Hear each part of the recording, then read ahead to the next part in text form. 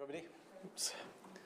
Right, now, unusual today because we're going to have the first witness remotely. And for that purpose, we have to have somebody who will do the vetting of it so that in case there's any mistakes, as those of you who were here yesterday will remember, we can deal with it that way. And because the only way we can get a camera that can see whatever it requires to see for the YouTube channel, Mr. Caskey is sitting up here beside me. So, not been promoted. Yeah, so that's fine. So with that introduction, Mr. Caskey. Can I firstly check that the witness is able to hear me? Yes, good morning. Good morning. Good morning. It's nice to see you. I should say at the beginning there is a restriction order made by Lord Brailsford to ensure that basically no one is named in the hearing today. So the hearing is about your mum and your dad, and I'll simply be referring to them as your mum and dad, and there is also reference to a care home, and I'll be referring to that simply as the care home. Okay?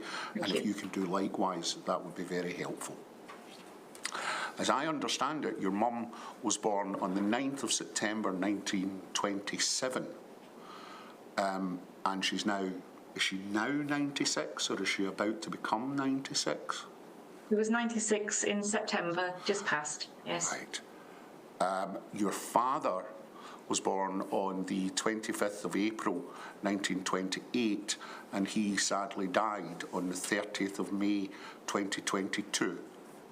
Is that correct? That's right. Okay, yes. Firstly, can you tell us about your mum before she became ill? Mum was, I would say, a very traditional mum. She was a teacher. She taught science at secondary school, and she loved nature. I'm sorry, can I interrupt a second? The volume in here. It's my fault. Can you all hear? Is that okay? Is there some equivocation about that? Are you all right, or is it, yeah, someone at the back shaking their hand? Now, I wonder if we can get the volume turned up. Could you ask the technical people if you can? I'm sorry. The technical people are listening, so they'll be running through even as we speak. The next time. I'm sorry, I'm giving away plenty of indications that I'm not very good in technology. It's justified. Are they going to see what they can do? They're fixing. Right. I apologise for the delay, but we'll see if it's better now. You're asking about the witness's mother. I was asking you to tell us something about your mum. You had said that she was a science teacher. She was a teacher and worked as well as bringing up their 3 children, myself and my siblings. She loved nature. She loved gardening. She knew an awful lot about the scientific names of plants. As well as working, she was quite a home bird, I would say. She loved cooking and baking and dressmaking and knitting. I don't think I've picked up many of those skills from her. She was quite sociable. She loved sailing when she was younger, in dinghies. She loved dancing. She loved playing bridge. She was very sociable and a lovely mum. And can you tell us a bit about your dad? Dad worked for the same company all his life, which I think is quite unusual these days. He was a research scientist. Dad was also very sociable. He loved spending time with his family and spending time with his friends and blethering, perhaps over a whiskey or two. He had a great love of literature. He had a great love of history. And he was particularly interested in Scottish history, Scottish music. He spoke a little bit of Gaelic and was very proud of his Scottish heritage. Now, I understand you live in southwest Scotland.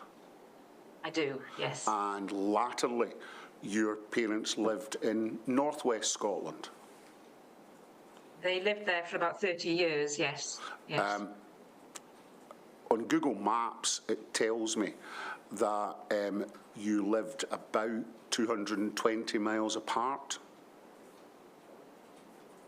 Yes, that might be right. It was certainly about 5 hours drive one way. And I think towards the end of your father's life, both your mother and your father were in the same care home.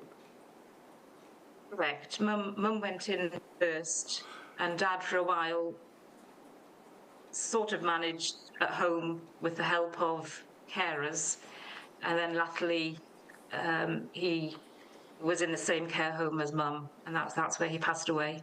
Okay, now I'll ask you a bit more about that in a moment, but as I understand it from the witness statement, your mum entered the care home in the spring of 2018.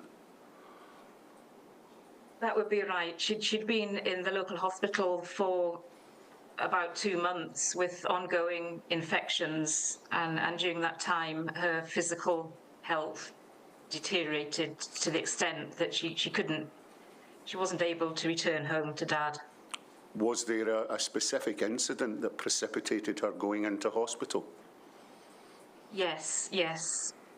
They were just about managing to be independent at home. They were fiercely independent. They didn't take help easily from social care. We'd never had any interaction with social care until the very late stages of my parents' life. And Mum, who with osteoarthritis had real difficulty walking, must have tried to get out of bed one evening during the night to the commode that was in her room downstairs, and she took a fall, and unfortunately wasn't found until the carers came in that morning, and she was on the floor of the room, and then she was taken to the hospital, and actually after that she wasn't able to return to her home, to Dad.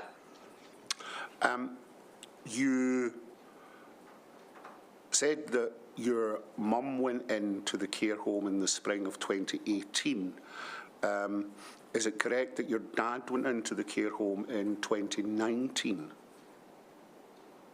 Yes, so Dad for a while managed somehow, with some struggles, to remain at home. He, as I'd said earlier, they were both very home orientated, and he managed one way or the other for a wee while Mum was in the care home. Unfortunately, with his dementia, well, I'll come back to that. Right. You said that your mum had gone into the hospital for about 2 months. Yes. Who was looking after your dad during that period? I moved up for a while to be with him. I was very worried about both Mum and Dad, and so for a while I spent half my time with my father and then half my time back where I lived. And while I was there, I did as much as I could to look after Dad, as well as take him to visit Mum. Tell me about your dad's... So I sort of commuted between the two places. It's a long commute. It's a long commute. Tell me about your dad's health problems. Dad was... I used to call them Tweedledee and Tweedledum because Mum had severe physical issues and Dad had increasingly severe mental health issues with vascular dementia.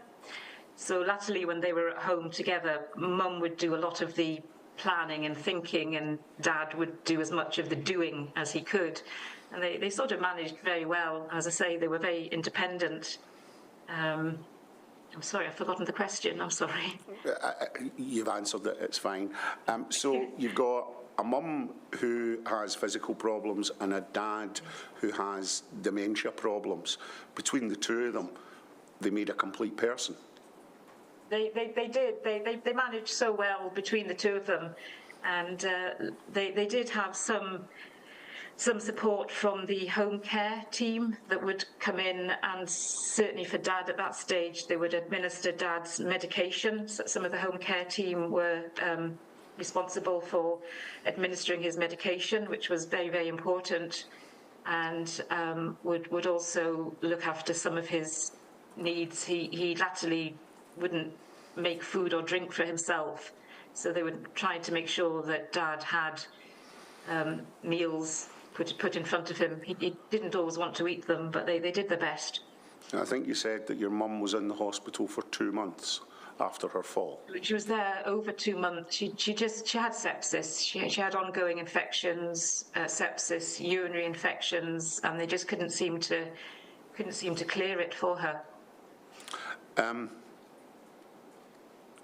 What happens at the point at which she's getting out of the hospital in terms of her care? We didn't actually know what to do. Where they lived, there wasn't a huge number of care homes or respite beds available. But it was very obvious that Mum at that stage really couldn't stand, couldn't walk, and was starting to have even restricted movement when she was sitting down or in bed.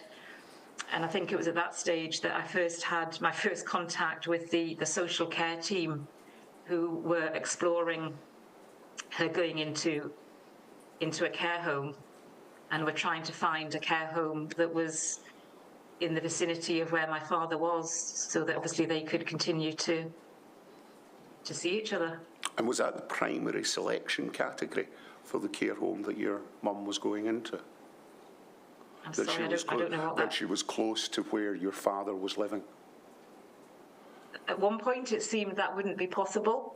They were keen to move her out of the hospital, and there wasn't, as I said, an immediate availability close to where my father was. But then, as these things tend to happen, a bed became available in the care home that was local to where my father was. And so very quickly that all swung into place, and she was very reluctant to go, but really there was very little option for her. Did your father have wider family living in the vicinity? Yes.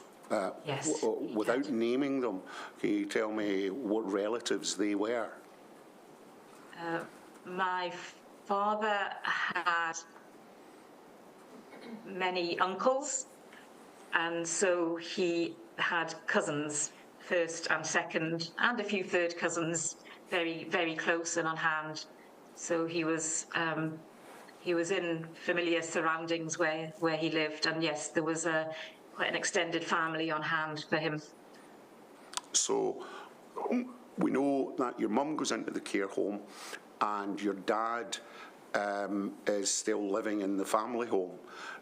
He has cousins in the vicinity. Are the cousins involved in some way in the care of your father? Yes. The days when I wasn't able to be with my father, helping look after him, I actually had a WhatsApp group of some of the core family, I guess you'd say, and I'd ask them to help by maybe taking Dad to see Mum, or maybe doing some particular shopping for him, or taking him for one of the many medical appointments that he needed. So we depended a lot on local family and a few close friends who were also in the area. In the area, was he well known? Yes, very well known, and well respected and well liked. Over time, did his condition deteriorate? Yes, it did. It did, and I was still worried about him. When I arrived to see him, if I was going up to stay for 3 or 4 nights, and I'd go in the back door, and he'd be sitting in the room by himself, sometimes sleeping, and Mum's chair would be empty. So he managed very well, and he never complained. He never really complained. He was always glad to see somebody when he walked in the door. The family would just knock and walk in the door, and he was always glad to see people when they came in. But I really did worry about him being in the house by himself, because at that point he was worried about Mum. He thought she was still in hospital. He never quite grasped that she was in the care home. So he did start to deteriorate. the carers would leave a sandwich for him at lunchtime and they'd return and the sandwich would be uneaten, or they'd make a cup of coffee for him and they'd return and find the coffee was cold. He'd always used to get out of bed early, but increasingly they'd arrive at maybe 9:30 in the morning and he'd still be in bed, which was not like him. He was always an early riser. So even at that point, Mum went into the care home. I think he missed her dreadfully and was very lonely because they had been so used to looking out for each other. Did anything in particular happen to his weight?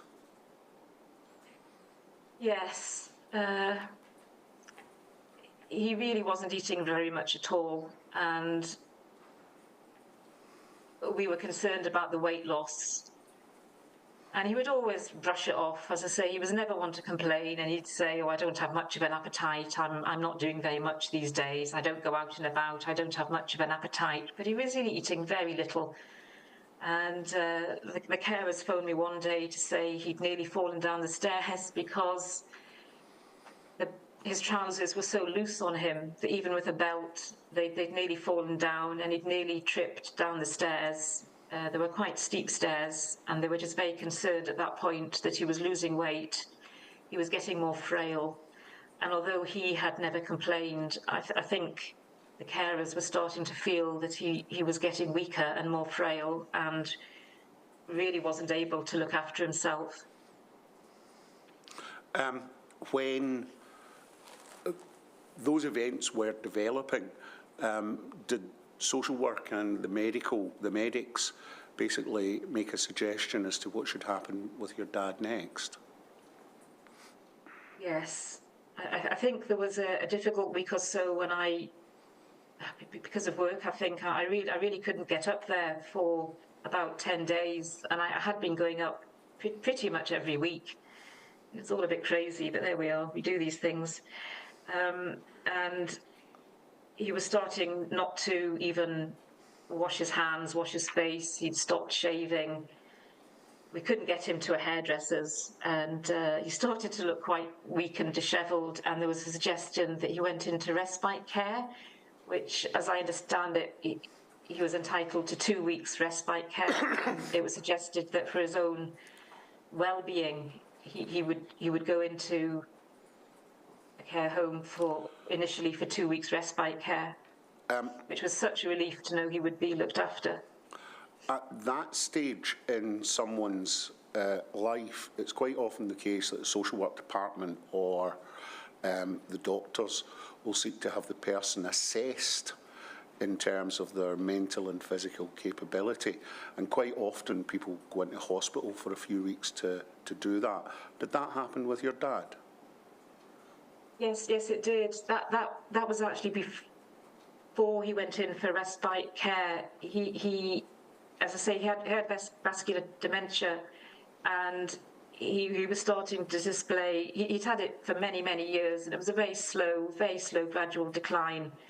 And he was quite canny about dealing with it, and, to be honest, hiding it as much as he felt he could. But because his behaviour started to change, and he was uncharacteristically cross, and he started actually hallucinating, and so he was taken into a geriatric, psychiatric, residential, I find that hard to say, geriatric, psychiatric, residential hospital for assessment, which was in a different Scotland. So again, I was then trying to drive to see Mum and then drive to a different location to see Dad. I was hugely concerned at that point, but with hindsight, that was a good thing, because he then had a full psychiatric assessment of his dementia, which he'd never had before. He really, at that stage, had very little help with his dementia because they were seen to be managing one way or the other. So yes, he went into a geriatric hospital for, I think, about 10 days. And at the conclusion of that 10-day period, was the suggestion that he simply return home?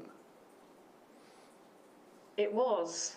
He was given some medication for the dementia, or for the impact of the dementia, which actually did seem to pacify him and keep him calm. So he returned a bit more to the lovely, lovable, kind-hearted character that he had, and he returned home for a short while. But as I said before, he really then continued to deteriorate. So, but by then he'd had the full diagnosis, and I think it was on all his record that he was becoming less and less able to manage in his home by himself, even with my care and even with the home carers going in. He was almost getting beyond that. And so at that stage, was it decided that he also should go into a care home? I think at that point then they suggested that he go in for respite care.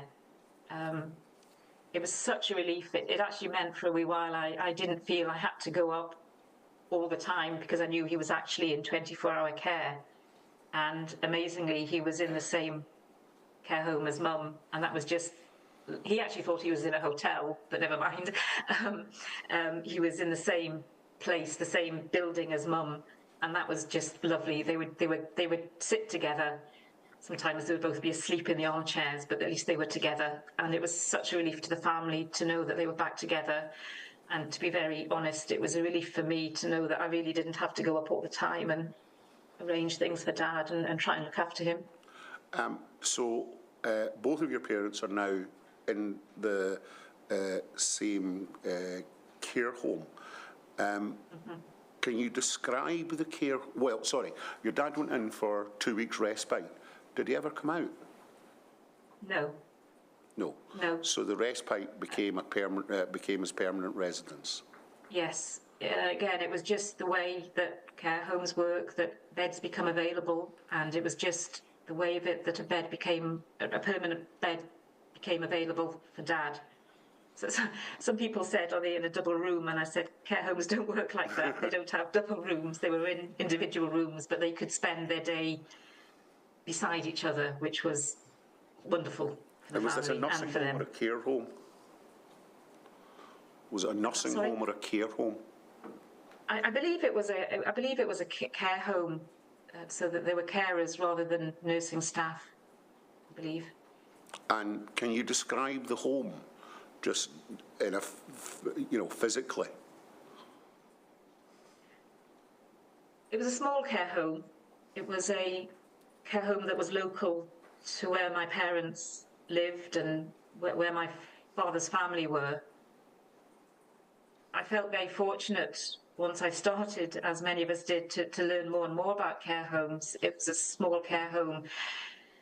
There were some local staff there who also had some knowledge of local history and the local area, which Dad thoroughly enjoyed talking to them. He really blossomed in the care home for a short while because he had the social interaction that he so much enjoyed.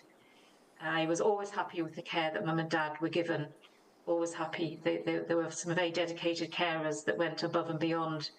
And until COVID struck, I was so happy with the care, and such a relief to know that they were both together again. And some of the care, was given to them. And as I say, the family, and we didn't have to organise so much for them. Tell me about the staffing levels in the care home at that time. At that time, it was so difficult for the care staff. There were often shortages of staff, and the staff would often do extra hours to fill in the gaps out of sheer goodwill and dedication. I was very grateful for that. They would often call in bank staff who were sort of on call, as it were, to come in. So that would be people that would come in to cover shifts. I believe the situation with the shortage of staff was because there was a shortage of local housing. So people couldn't move into the area to take up the jobs because there was a shortage of housing, particularly affordable housing or rented housing or local authority housing. And that was across the whole health and social care in that part of northwest Scotland, that because of the shortage of affordable housing, it meant the whole healthcare system really was struggling with a shortage of staff, and that definitely affected the care home. And at times I think they struggled with cover, and it was only the goodwill of the staff to do extra hours that they always, one way or the other, managed to get. But the great thing was I could go in and I could sometimes help mum to eat, or I could sit with dad and keep his company, or I could do a jigsaw with dad, or I could help mum. So at that time, I was happy to go in and help look after mum and dad the way I always had done. So but there was a shortage of care staff even before COVID. At paragraphs 15 and 16 of your witness statement, you talk and name a number of staff at the care home. I'm going to ask you not to name any of the staff, but reading those two paragraphs short, it appeared to me that the management of the care home was in a state of flux. Would that be a fair summary? It was. It was like a double whammy, that just as COVID was starting, there were, for different reasons and different circumstances, 2 or 3 managers across the period of pre-COVID and into COVID, again, just through circumstances. And that didn't help the situation during COVID, that there were different people coming in, and there were different staff, different managers coming in. When your dad went into the care home, what were his immediate needs? I mean, he had just come from hospital. Dad had left the psychiatric hospital and was at home for a couple of weeks before he then went into respite care. As one carer said, he looked a bit dishevelled. He needed a good shave. He needed a haircut. He needed a good feed, and they looked after him. They tempted him with different food, and he sort of made friends with one of the other elderly gentlemen, and they would sort of sit and... Did you see an improvement after he arrived? He did. A short-term improvement, but I think he so much liked being where mum was. He loved the social interaction. Latterly, when he was at home, he didn't really get out and about that much. He became quite insular and withdrawn. And now he had people around him that he could talk to. He enjoyed word games and dominoes. Even with his advanced dementia, he still retained the capacity to play dominoes, and he enjoyed blethering with some of the other residents who had a similar connection with the area that he did. And you described yourself travelling up to see him frequently. What about your siblings and his wider family in the area? Would they go in to visit your parents? Yes. So some of his extended family would go in and take him gifts. I don't know what gift, shortbread, the odd. And my siblings live even further away than I do, so I tended to be the sibling who took photos and sent them around the family, and when I was there I would phone one of my brothers and we would have a sort of three-way discussion. So they weren't able to visit as much as I could, just again through circumstances. And so Dad did have friends and family that would come in to visit him, and he would go out. He'd go out and with one of the carers. He'd go out, not by himself, but he would go out, and they were very good. They would take him maybe to a local cafe, or there was a local community resource centre where he would go once or twice a week, and there'd be various activities. So I was very happy with the care he got pre-COVID in the care home. Very happy. Now, in March 2020, lockdown happened. Presumably, visits and so on just came to an end? Almost overnight. Immediately, yeah. Almost overnight. And the doors were locked, and that was that. And people that he did see, presumably they would be wearing masks. Yes, all the carers. I mean, it was awful for the carers being in what was quite a warm building, wearing masks. And to this day, I think that Dad's last year, really, he rarely saw a smiling face. With his dementia, he never quite understood why people were wearing masks, and he would always, almost every day, he would say, "Why are you wearing masks? Why are you wearing masks?" And so he never Were your parents understood. hard of hearing? Had they become hard of hearing? Dad's sight and hearing were quite good. My mum, even before she'd gone into the care home, was slightly deaf and had a combined macular degeneration and cataract. So even before before she went into care home, she had hearing and sight difficulties, and the masks just made that 10 times worse. Well, tell me about that. Why were masks such a significant interference? They really limited mum's communication, or mum's hearing. She, even with her eyesight, she I think learnt some element of lip read, or she could look at people's expressions. And she was quite sharp mentally, mum, until latterly. So she picked up on people's expressions, even though her eyesight was limited.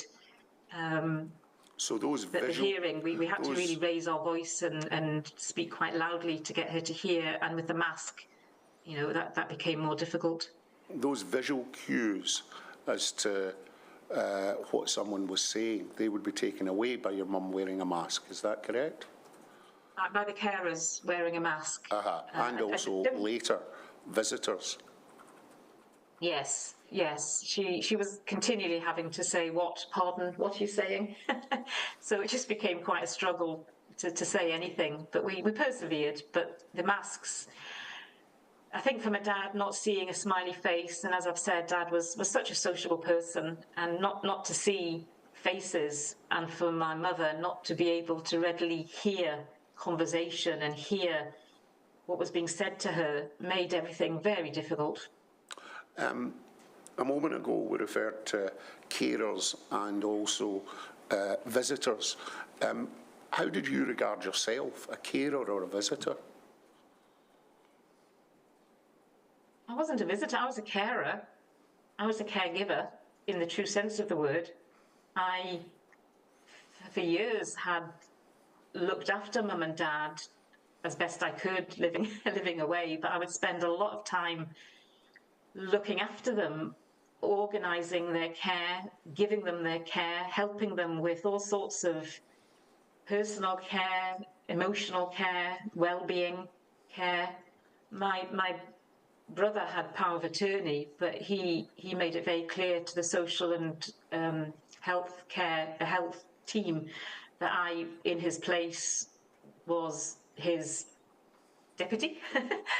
So I consider myself a caregiver. I cared for them and I looked after them and helped them and was happy to do so because they looked after me. So at this stage, both parents are together in the care home, but visits have stopped.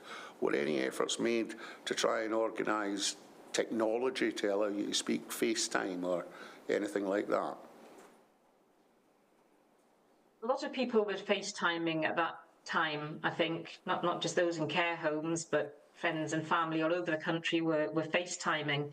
That was very alien to mum and dad. They didn't have broadband in their house. They didn't have mobile phones. They just weren't the generation that used technology. And so everybody was saying to me, it must be great that you can FaceTime mum and dad. But I couldn't. The care home's Wi-Fi was very weak and very intermittent and really only worked in the main office area where I suppose the modem was. And mum and dad couldn't go into that area because it was a communal area. So although we tried initially, it just wasn't possible. The Wi-Fi signal wasn't strong. And who was responsible for the Wi-Fi? I never quite understood. There seemed to be some toing and froing between the local authority and the local NHS because of the status of the care home.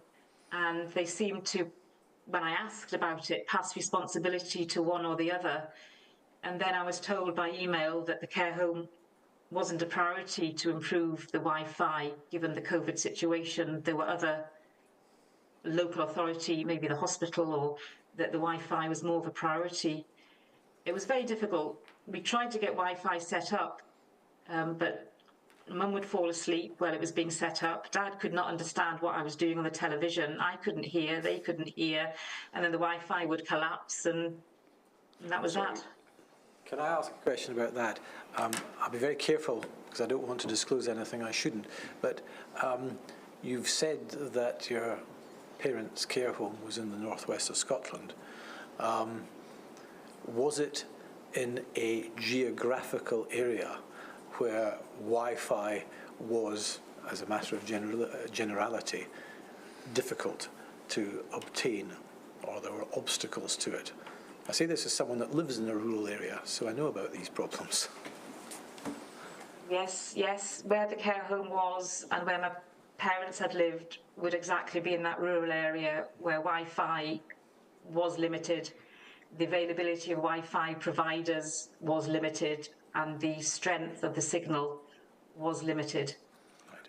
So might I say that there were possibly, and I understand fully that you don't have the detail of this, but possibly Wi-Fi connection presented more of a problem in the area where the care home was situated than it would have, for example, in Edinburgh or Glasgow? Initially, yes. As the pandemic went on, it was realised that there were ways around that with boosters and other technology, and it eventually improved. But initially, yes, the Wi-Fi signal. I eventually asked us not to do the FaceTime because Dad would get upset, Mum would get upset, I'd get upset, we all got upset, and it was just worse than not trying. So eventually I said to the care home, I can't put Mum and Dad through this. So initially it caused more problems and more upset than any of us wanted. In February 21, I understand that changed to some extent. I'm looking at paragraph 25 in your witness statement. It took a while, but yes, that's right. February 21, this wonderful thing called MiFi was introduced. I'm really not sure where it came from. I think it was through some charity, and that made a difference because then it was so easy to get onto Wi-Fi. And amazingly, having said that Mum and Dad weren't really into technology, Dad very readily accepted that I was on the television screen, and Mum readily accepted that I was there. And it was great because I could see them. I could see that they had a piece of cake or they had some shortbread. I could see what jumper Mum was wearing. Mum could see me. And it made such a huge difference that I could actually see them and talk to them, even though we still had to sort of speak quite loudly. But it was an amazing difference. Did you regard the year that you were waiting for, as it turned out, for the Wi-Fi to be installed as a wasted year? I lost a year of communication with Mum and Dad, yes.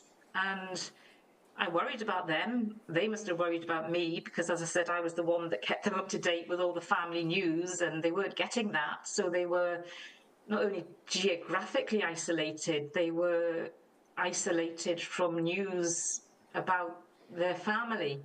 Phone calls were difficult because Mum couldn't hold the phone because of her osteoarthritis. She couldn't hold a phone, and the carers would prop it up on her pillow and it would fall away. And so a whole year they lost news and contact and connection with loved ones, and we lost connection with them. I'm still working through the statement, but I want to try to take the next part of your evidence relatively shortly. You indicate that you were keeping track of all guidance issued by the Scottish Government. Yes. How were you doing that initially and subsequently?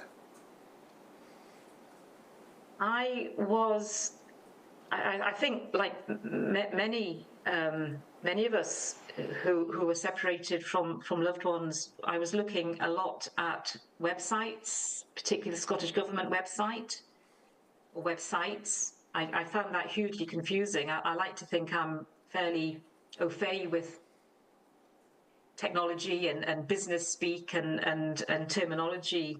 But I found it very confusing trying to find the specific piece of guidance or the specific piece of information that referred to the care homes. And it was at that point that I stumbled upon, or I was referred to, or somebody told me about Care Home Relative Scotland. And did you find that a and useful to this day, resource? Did you find that a useful resource? Night and day, hugely. And I've said time and time again, I feel for the many hundreds, thousands of people that never found Care Home Relative Scotland. They were such a fantastic resource for information. They clarified the guidance, they provided support, and time again, I found information clarified through them that I would have struggled to from the government website, which I found very confusing. Endless links and just so Care Home Relative Scotland, night and day, what a difference it made to me. Now, we know that there was a process, and I'll ask you about the specific process in a moment, but a process by which visits were introduced. We said earlier that you lived about 220 miles from where your parents were living. Was any allowance made for that 500-mile round trip in terms of visits once they were authorised? I don't think it was, to be honest. As I say, the care staff were always wonderful, but the restrictions that were placed on them meant we had to book an appointment to see Mum and Dad. And I had to phone and make an appointment and make sure that I was there for the appointment. I did ask for weekend visits. I'm self-employed, so I was doing some work from home during lockdown, and I had some flexibility, but when I was busy with work, I wanted to travel up at the weekend, or maybe drive up on the Friday and go home on the Monday and visit Mum and Dad at the weekend. But I was told specifically for that care home that wasn't possible, and it had to be during the week, almost like a 9 to 5 visit. And that was difficult for me. Were you given an explanation as to why that was? I did query it, and I had and still have a good relationship with the care home. I was told it was because they didn't have the full staff at weekend, so maybe some of the catering staff or the cleaning staff or the staff weren't there, so the carers that were there had to take on extra duties, and they couldn't therefore be there to unlock the door and let me in and sit with me or do my COVID test. And so I had to try and manage my time to be there during 9 to 5 during the week. Now, at paragraph 30, you describe a visit. Yes. Can you tell us about that visit? Well, firstly, was that a formally arranged visit in terms of the guidance that had been issued? Yes, I think this was the first time I actually got to see Mum and Dad in some sort of face-to-face capacity. When I say face-to-face, I think this was the time of the winter visits. And Mum was on the ground floor, and she actually had a small single door to the outside. And so I would again have to book the visit, and several times, and I've got photos, I would be standing outside the door about a metre away. Mum and Dad were about a metre inside the door. Mum was swathed in blankets, Dad was covered in blankets. Being in that part of Scotland, it was always blowing a hoolie and often raining. I would be in my cagoule. I had to wear a mask. There was a small opening. I was about 2 metres from mum and dad. I could see them. But with the mask and probably the wind and rain, I was having to sort of raise my voice. I was glad to see them, but it wasn't a satisfactory visit because I couldn't reach out to them. Dad kept saying, "Will you not come in?" Dad kept saying, "Come and have a cup of tea." Mum kept saying, "You look cold, come on inside." And that was all they wanted to say, was come on inside. And although I could see them, I couldn't really have a conversation with them because I had my mask and we were 2 metres apart. They were inside, I was outside. I suppose I was reassured that I could see them. Then Mum would say she was very cold and she'd have to go back inside. And then Dad wanted to go and be with Mum. I'd have to go away again. I get the impression from what you're saying that they were unsatisfactory, the visits, at that stage, although there was a great relief to see them. I did those visits because it was better than nothing, but in a very strange way, almost the Zoom calls that we did were almost better because I could communicate more easily and it was a more warm atmosphere from Mum and Dad. So I did continue those window visits, but I didn't feel we could communicate easily. I didn't feel we could have conversations. It wasn't satisfactory, no. At the time, did you think what you've just said, that the FaceTime contact was better than seeing them in the flesh in terms of your communication? Well, the window visits, or that open door visit, I think they were sometimes called garden visits. It wasn't a garden, it was just like the back of the care home. Yes, in a way, it was easier because Mum and Dad were more relaxed. Mum could even be in her bed and Dad would be sitting beside the bed. So Mum was more relaxed, Dad was more at ease. We could have a conversation, it was quieter. In a strange sort of way, although I was so grateful to see Mum and Dad, in a way I could communicate better with them over the Zoom calls, the FaceTime calls. However, I did continue to do those garden visits for a while. Did you continue to do the FaceTime as well? Yeah, we still did FaceTime. So I would maybe visit them at the week during the week, and then have a FaceTime call at the weekend. So I did my best to try and keep up the contact because I was worried that they would think we'd all forgotten them. You say that the next thing which happened was being able to sit outside with them. Yes. So at some point, Dad would come outside, and I would sit again a wee bit apart from him with a mask on, but I think the weather had improved by this point, and I could sit near Dad outside. It was difficult for Mum with her osteoarthritis. She was in great pain. She didn't like being in the wheelchair. It was uncomfortable for her, and she could really only tolerate about 15 minutes in the wheelchair. So again, although it sounded great that they could come outside and sit with me, Mum could really only sit for about 15 minutes and then she would go inside. But at least I could sit with Dad for a bit and blether away to him, which was lovely. It was lovely.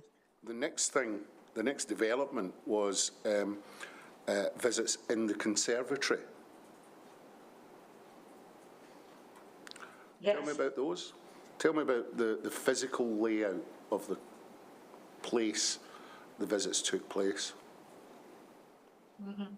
You know, the feel for the care home at these different stages, because they really had to work the best they could to organise things.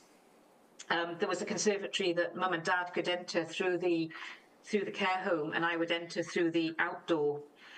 There was a perspex plastic screen between us, and I would sit on one side of the screen with a mask on, and Mum and Dad would sit on the other side of the screen. Mum was in the wheelchair, and they would have a cup of coffee and some cake or biscuits with them. Again, it was good to see them, but Mum again could only tolerate about 15 minutes in the wheelchair. And Dad just didn't like being behind the screen. He kept asking the carers to move it.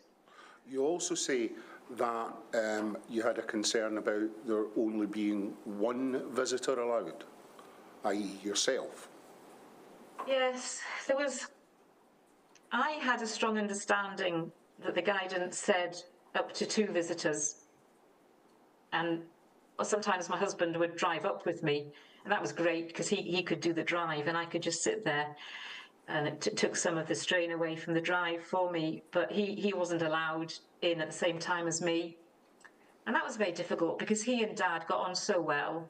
And Dad would ask, I'm sure Dad probably thought we'd got divorced or something because he never saw my husband, and he would ask after him, and you know, it was just, Dad just loved to see people, and during that time, that was another relationship that he had gone. He was very fond of my husband, and he asked after him, and Mum asked after him, and yet he was never there. So it was difficult, and I had understood the guidance said that my husband could be there, but the care home said that was not possible, so that didn't happen.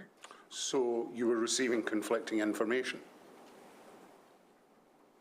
I think the guidance was so confusing, and yes, so it was conflicting, and I never blamed the care home because they were doing their best to try and interpret it, but the guidance was very confusing. There was no clear instruction about what to do. There was endless links, and you had to go through different pages, and this had been updated and that had been updated, and I certainly didn't want to cause any friction with the care home. I didn't want to cause any problems because they had Mum and Dad's life, and so I just accepted it.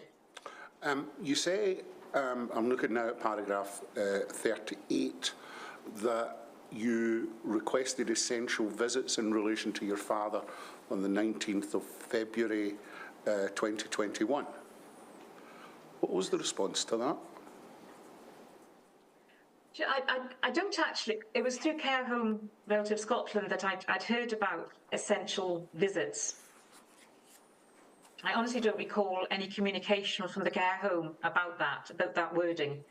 I was concerned that Dad was getting more vague, he was more withdrawn, he would give shorter answers to my questions, and he wouldn't follow up with questions of his own, so he stopped asking about why family, he stopped asking about what I'd been up to, stopped referring to other members of the family. He was just getting more withdrawn, and he looked more vague. He looked like he was becoming more vague, and I just felt his mental awareness was declining. He just wasn't himself. He was getting more withdrawn, and at that point I asked if I could come in and make a visit, and I don't recall a reply to that.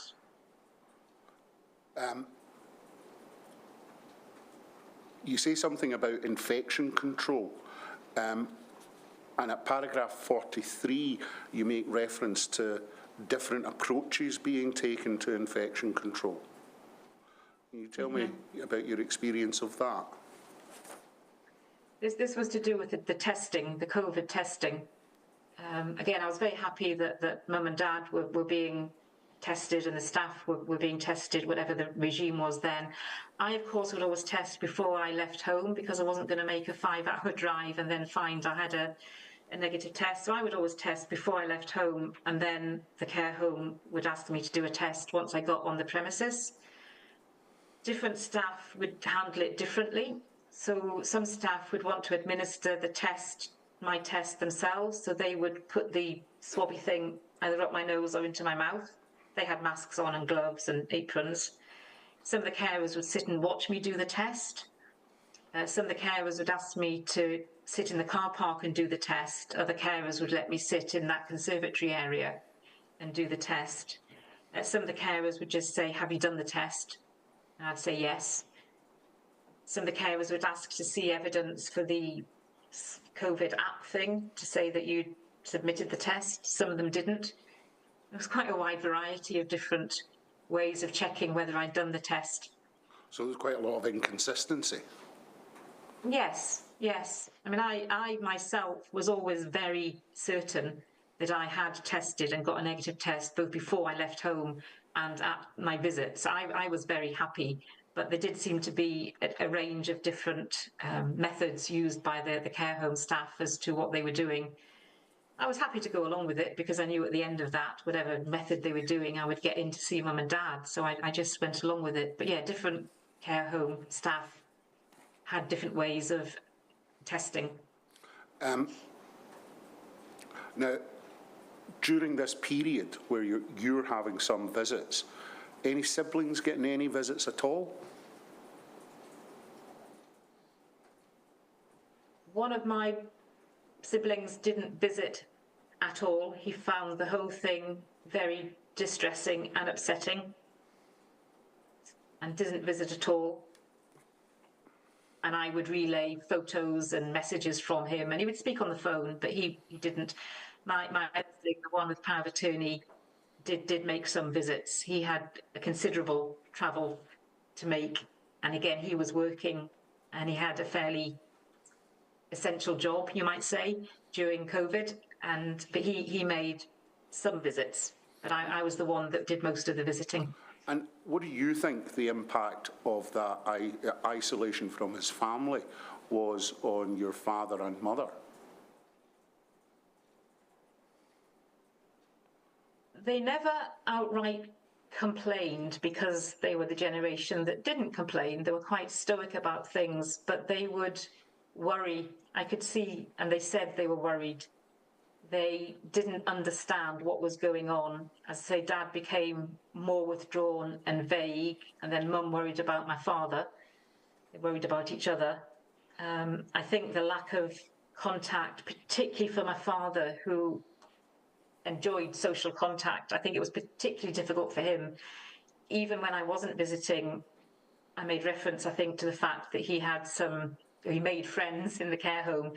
He had to sit apart from they weren't friends before he went in. He made friends with some of the residents. He would have to sit apart from them. They couldn't sit around the same table and have their meals.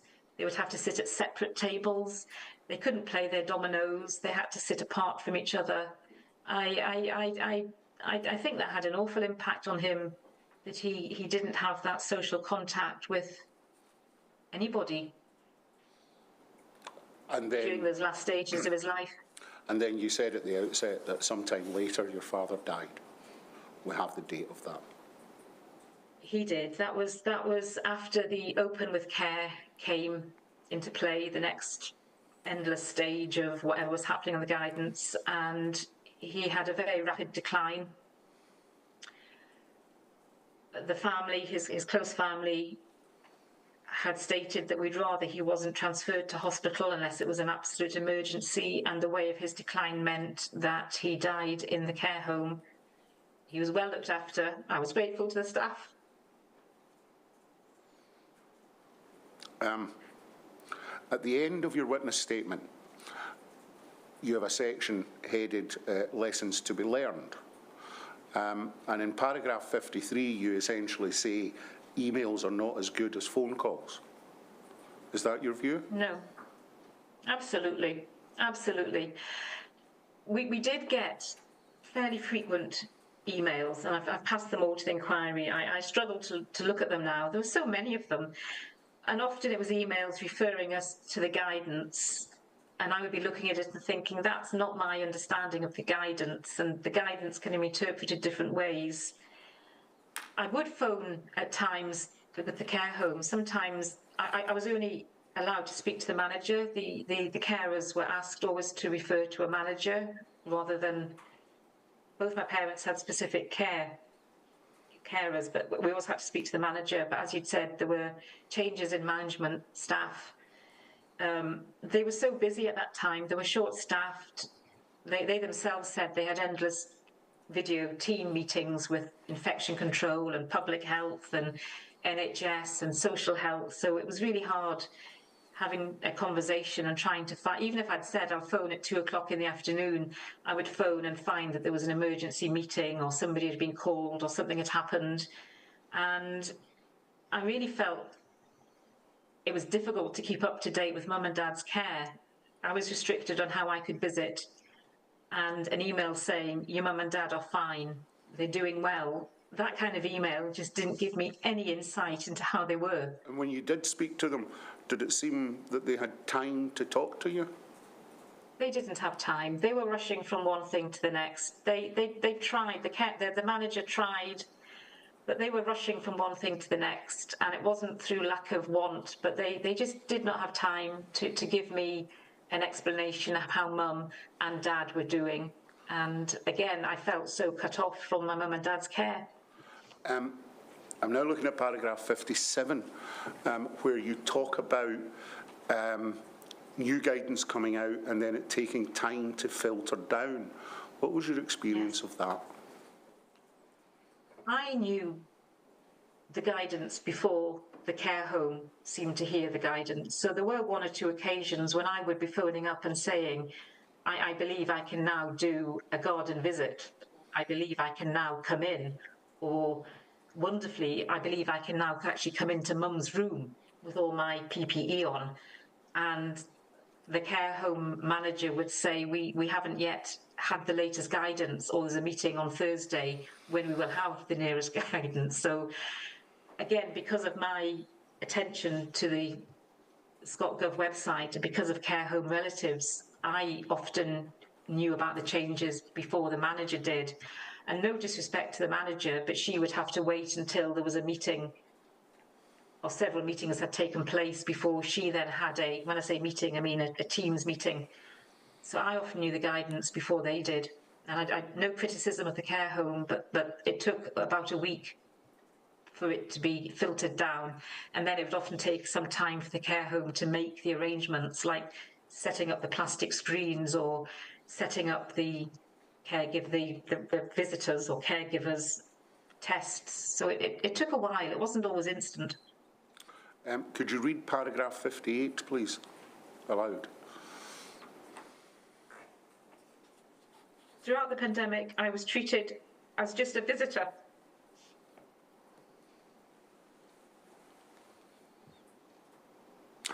Before you came in, you told me that if you get upset, I should push you to finish. Yes. I'm pushing you to finish. It's 3 sentences. Throughout the pandemic, I was treated as just a visitor. I was my mum and dad's carer, and I was an important part of their care. We shouldn't have just been removed from our relatives' lives. I shouldn't have been removed from my mum and dad's life. Thank you very much. I don't have any other questions for you apart from one. Do you feel as though you've said everything that you need to say?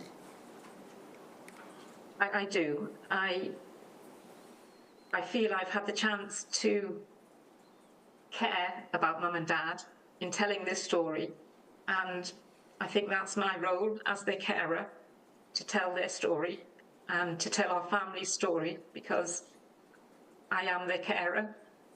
I was my dad's carer. So thank you very much. Thank you very much. Yes, thank you very much indeed. Thank you. Right, take a break now until 25 past 11. Perfect. Very good. Thank you all. Just going to go along and see her.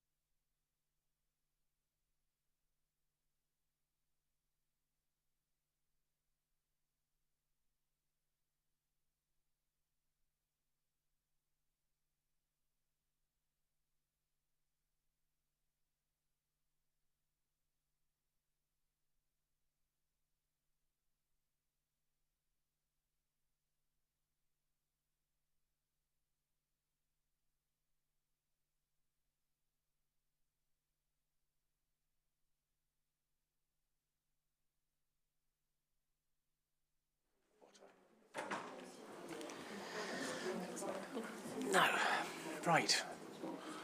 Could you bring the witness in? Yeah.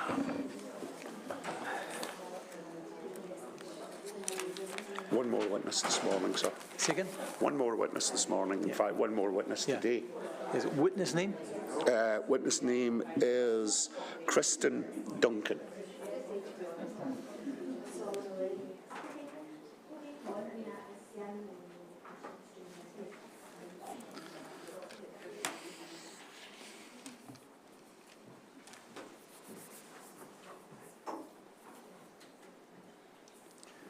Now, Ms. Duncan, please take a seat. Good morning. Good morning. Thank you. Now, when you're ready, Mr. Caskey. Thank you. Would you tell Lord Brailsford your full name, please? I'm Kristen June Duncan. And the inquiry has details of your address and date of birth and so on. You have very helpfully provided a witness statement for the assistance of the inquiry, extending to, I think, 24 pages. Before you signed that, had you read over it? Yes. And are you happy that the content of it is true? Yes, I am. And although you'll provide some oral evidence today, you would want Lord Brailsford, I assume, to take account of all of the parts in your statement. Yes, I would. Good. We're here principally to talk about your mother, who was? Catherine Christina June Scott. Known as? June Scott. And she was born in, can't read my writing, 13th June 29? 9th of June 9th of June, sorry yes. about that. And died on the 22nd of March 2021. That's correct. Okay. We're going to talk about her care and ultimately her demise. But before we do that, tell us a bit about your mum. Well, Mum lived to a grand old age of 91 years, and for most of her adult life she was a mother and she reared her 4 children, but she juggled that with a career in PE teaching. She had qualified from the Irina Marsh College of Education in Liverpool in about 1950, and she taught for most of her adult life, along with balancing the act of bringing up a family. But she was also passionate about Scottish country dance, and she will perhaps be remembered as a great teacher and adjudicator of Scottish country dance. In that, I see from the witness statement at paragraph 7, she led a group of Scottish country dance airs at the Jakarta Highland Gathering. Yes, she presented candidates for their Scottish country dance teaching certificates, and that was back in 1982. And she was also appointed as an adjudicator to the Royal Scottish Country Dance Society. So it was through that role that she was given wide responsibility for adjudicating and teaching in Scotland and England, and her adjudicating took her to very exotic places like Jakarta. No, Scottish. Very big difference. Scottish country, Royal Scottish Country Dance Society and Scottish country dancing, yes. What's the difference? Oh, how long have you got? Well, we'll not go there. Can we go to paragraph 10 of the witness statement, and yes. Can you just read that? Yes. In 2008, she was awarded the highest honour from the Royal Scottish Country Dance Society, the Scroll, for her encouragement of others to appreciate and enjoy Scotland's heritage of dance and music. And that played an important part in her life. A huge part. I mean, she'd been teaching Scottish country dance since earliest years when she was just a postgraduate. So that's all of her adult life. Until, of course, arthritis took over, and she took this group at Nethybridge for 19 years. I was very fondly remembered by them for her contribution, but eventually arthritis took its toll. Right. And she lived with her husband in Badenoch and Strathspey. Yes. Tell me about the home that they made there. Well, they retired to Badenoch and Strathspey in the late 80s, and they created a dream retirement home. It was a very rural setting and had large grounds, and my father was really responsible for the construction, along with the help of builders, and also the garden. He played a huge role in that. And they lived there very happily and looked after each other well into their old age. Until 2012. That's correct. What happened then? Well, my father died suddenly of a heart attack, and unexpected really, but that left our mother, now widowed, and a huge challenge then of being on her own, living alone in a very rural setting about 3 miles outside Kingussie. After she was widowed, did she get support to continue to live at home in the community? Yes, I mean, this was her wish, and we very much rallied round her from the word go. We recognised with her not being able to drive anymore, her challenges of living alone in multiplied. So we, the four of us, the four children, we worked through what we needed to do, and we provided support for her at weekends, essentially, because we worked. But we actually managed to keep a system going for the next 7 years. And we devised a rota where we set out it was called mother duty, but obviously with great love and affection we gave this duty. And we would set out our rota for the full year, so we knew which weekends we were actually doing to help with all the things that she needed to let her stay at home alone. So that's her weekends taken care of. During the week, what was happening in terms of support for your mum? Yes, so quite quickly she had to be reassessed by social services. Both my parents they were on the radar of the social services team, and they had been receiving free personal care. There was things they needed help with. So she was reassessed when she was on her own, and gradually over the years, and I'll try and sort of give you a picture that concertinas that, but over the years, gradually, the social services had to keep on reassessing her and add in more and more help. So it started out, as I understand it, at 2 days per week. She was getting a visit 2 days per week. No, 2 visits per day, sorry.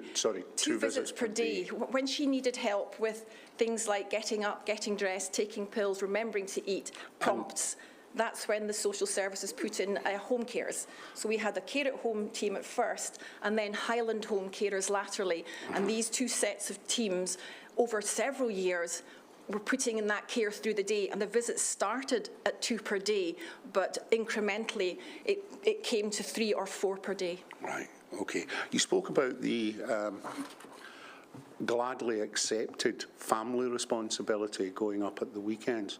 Did you have an acronym for that? We did. We took the 4 of our initials, and they come to... What were they? What are the 4 names? You want the whole names? Yeah. Or no, just the 4 names. FECK, FEC. FEC. Yes. So this was the FEC and Rota. This was the FEC initiative. Was very much. It was the mainstay of ensuring that she could stay at home, because the care at home teams had not enough time to prepare meals. They would heat up a meal, but they had lots of other people to visit and lots of other things to do. So we planned the menus for her whole week so that she had nutritious food every single day, and the carers were delighted to have that because they could take it from the fridge or the deep freeze, and there she had some fabulous quality food. And I think that between us and the care team, it was an army of people who really helped her to stay at home alone for 7 years. And in addition to that, during the week, did she also attend daycare? Yes, she did, and that was again something that she was reluctant to do, very independent lady, but she finally saw the benefits of that. She was fairly isolated where she was, and this gave her that company. And the social work services, they had provided this daycare in a little, it was actually the Wade Centre in Kingussie, local authority provision, and a little bus would come and pick up her and other people from the rural community and take them into Kingussie, and then she got help from 10 o'clock in the morning through till about 3:30 in the afternoon, and that I think was 4 or 5 days a week, and then us at weekends. So her days were filled with people keeping an eye on her, giving her food, helping her with her medication, and generally helping her. And remarkably, this system survived for 7 years, right up until her 90th birthday. So she never got any peace? None whatsoever. Okay. However, during that time, what's happening with her health? Well, she had peripheral vascular disease, which is an illness, very unfortunate, where blood is just not getting to the periphery, hands, feet, and she was at risk of things like amputations. We were always concerned that might happen. It didn't ever. We were lucky. She was lucky. But one of the other things with PVD, as it's called, is vascular dementia. So she was getting that, and it was not rapid or aggressive. It wasn't of the Alzheimer type. It was vascular dementia, which meant that gradually her cognitive skills were declining, and also memory loss and ability to do things and balance. So things were going, and it was slow. We would see it gradually increase over that sort of 7-year period. I'm asking this question as a kind of placeholder. I'll come back to it. But what was happening to her hearing? She had suffered hearing loss because of probably primarily the PVD for quite some time, and had been given hearing aids and had a lot of help from the services that provide hearing aids. But invariably with elderly people, they lose them, they don't like them, they get background noise, it doesn't work. And she stopped herself eventually, didn't want them, couldn't be bothered with them, and with so many other things to deal with, almost the hearing was in there, but it wasn't the top priority. And what about her, well, talking of top priorities, about her ability to walk, to remain vertical, not fall? What happened to that? She had always been of strong build. She'd been a PE teacher, and she carried herself very well. Deportment was her thing with the country dance. So she was a strong lady, and despite that, she was getting old and frail. So then falls became an issue, and she would fall over small things in the home. We lifted carpets and mats to try and make sure she didn't, but they happened, and carers would find her prone on the ground when they came to do their visits. And of course this became more frequent as it got. And in terms of the carers and presumably also the doctors in the vicinity, did they suggest a way forward for your mum ultimately? Yes, ultimately. Ultimately, the carers would have a logbook in the kitchen, and they would fill in every visit what they saw and what happened. And so we were able to read and see what was going on. We knew what was going on because very often I was called or my brother was called. She had the red help button. We were going out, increasingly in the middle of the night to answer things. And so... Do you live in the vicinity? I was 7 miles away, and my brother was about 17 miles away. And you were getting increasingly frequent? Increasingly, and others who were on the list, because we had a list of 6 people who would answer that call. So it was increasingly difficult, and to cut a long story short, ultimately we tried to keep her at home for her 90th birthday. That is what she wanted. That's where she wanted to be. That was her target. That was her target. And we could see her, and we knew from the Christmas that it was getting nigh impossible. So we teetered on the brink for 6 months with this. And during that 6 month period, did you do anything about finding somewhere for her to go? A denial in our heads, hoping that miraculously it might not be needed, but realising it would be. Thinking about it, I would have a look at places locally without actually going to them, but nearer June, when she had her 90th birthday, and the writing was on the wall, clearly on the wall. I did go and look at several in the vicinity and did my search further than what I would have liked, but I just wanted to get a feel for what they were like. In the vicinity was important, I get it. Absolutely, absolutely. Why? Why for your mum was the vicinity important? Well, she had established a fantastic network of friends in Badenoch. She had done an awful lot for arthritis care in Badenoch, and had, with her teaching hat on, she would take classes, even when she could no longer do Scottish country dance teaching. She would take a class for elderly people, frail people, and maybe not so elderly, but people who were suffering from lack of mobility. She would teach whether they were sitting in their seats or standing. She would give them mobility and fun. So she had a huge network of friends from her country dancing, from arthritis care. from people in the village, in Kingussie. They were all there. So we felt if she's going to have to go into care, let's get somewhere where these people can still visit her, because they would. And in terms of selection, where did you select? There wasn't a big choice. Badenoch and Strathspey is a very long, narrow, old county. There are 2 or 3 main towns in it, and there were only 3 care homes in the district.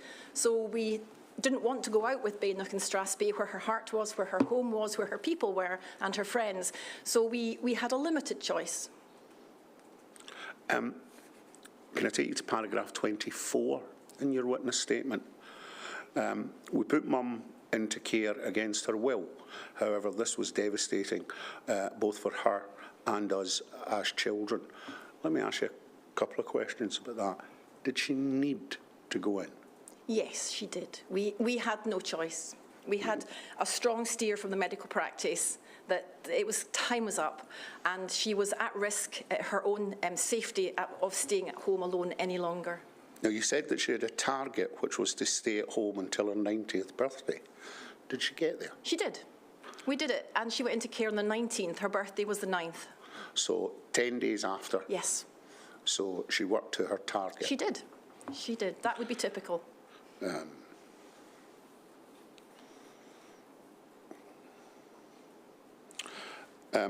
Again, I'm going back to the statement. Can I take you to the end of paragraph 27? And what you say there is just the final sentence. Our parents had been very organised in how they sorted out what was to happen to everything in the event of their demise or death. And then you begin that same paragraph by saying, with regarding to DNA CPRs, both my parents had put that in place many years previously. And I believe this was held by, medical practice, and then it gets transferred to the care home. So they had made plans for their future. They had. Very organised, and I remember the day when we were all called to have a meeting with them to talk about this, all these aspects. And of course, it was hard to take it so seriously then, but we did, and they made us take it seriously. And I would have to say they were just highly organised in that respect.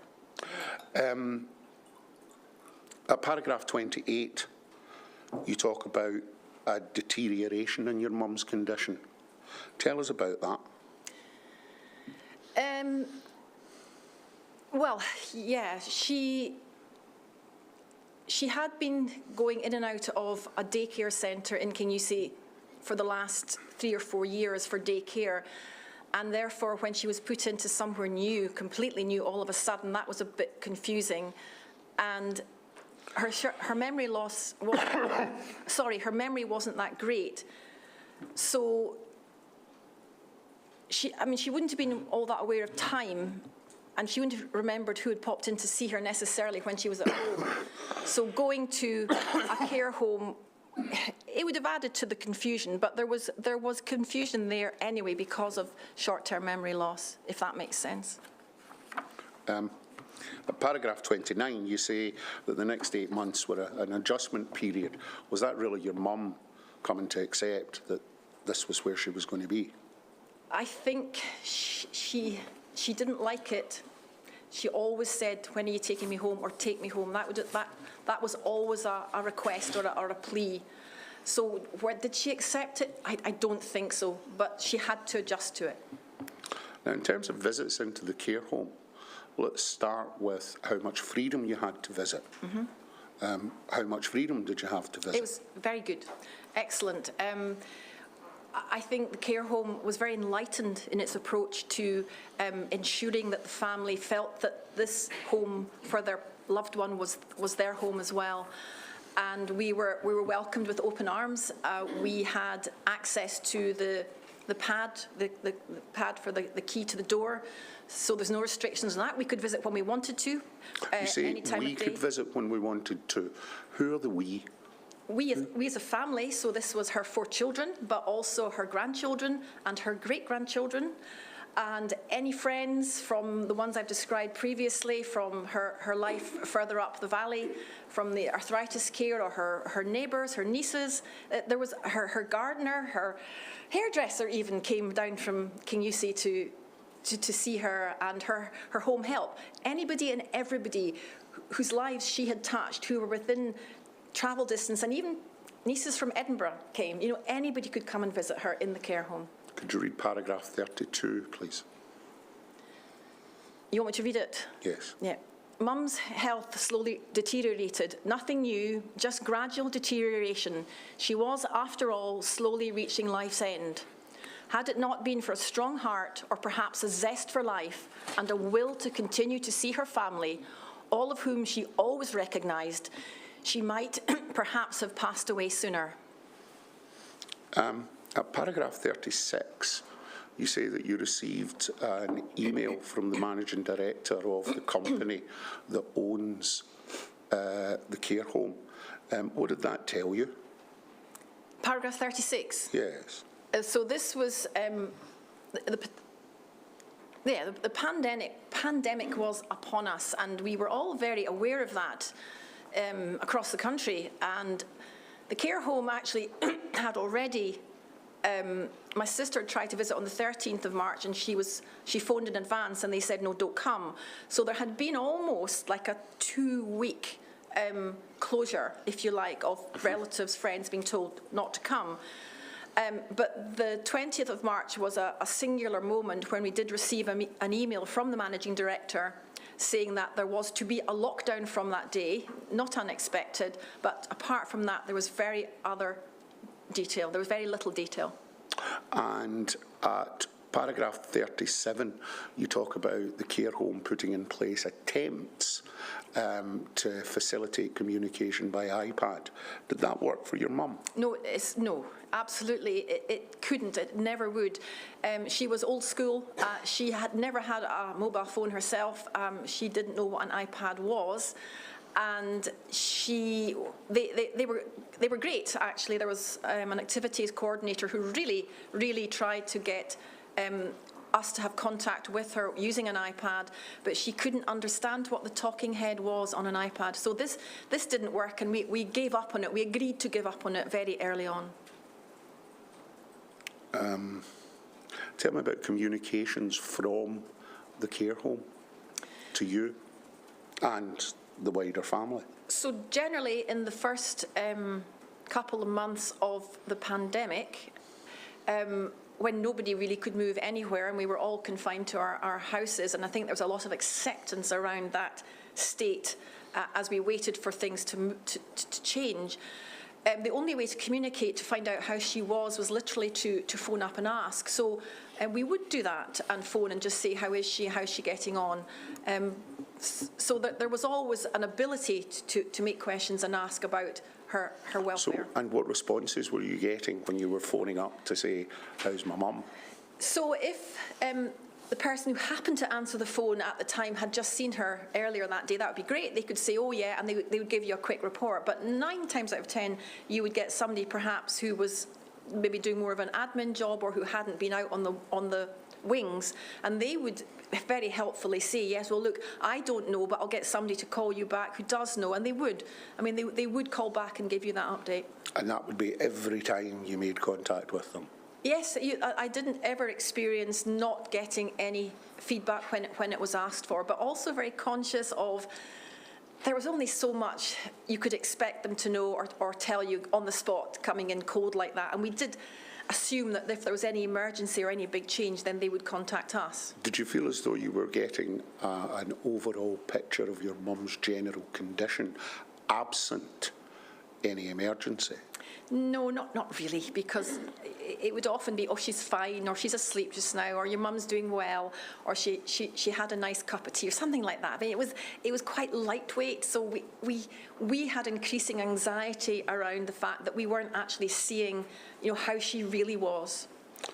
Could you read paragraph 39? So we became increasingly worried about her mental health and how she was coping with this sudden removal of her nearest and dearest from her life. We all wrote to her, including the grandchildren, and sent photographs to help let her know we were still out there.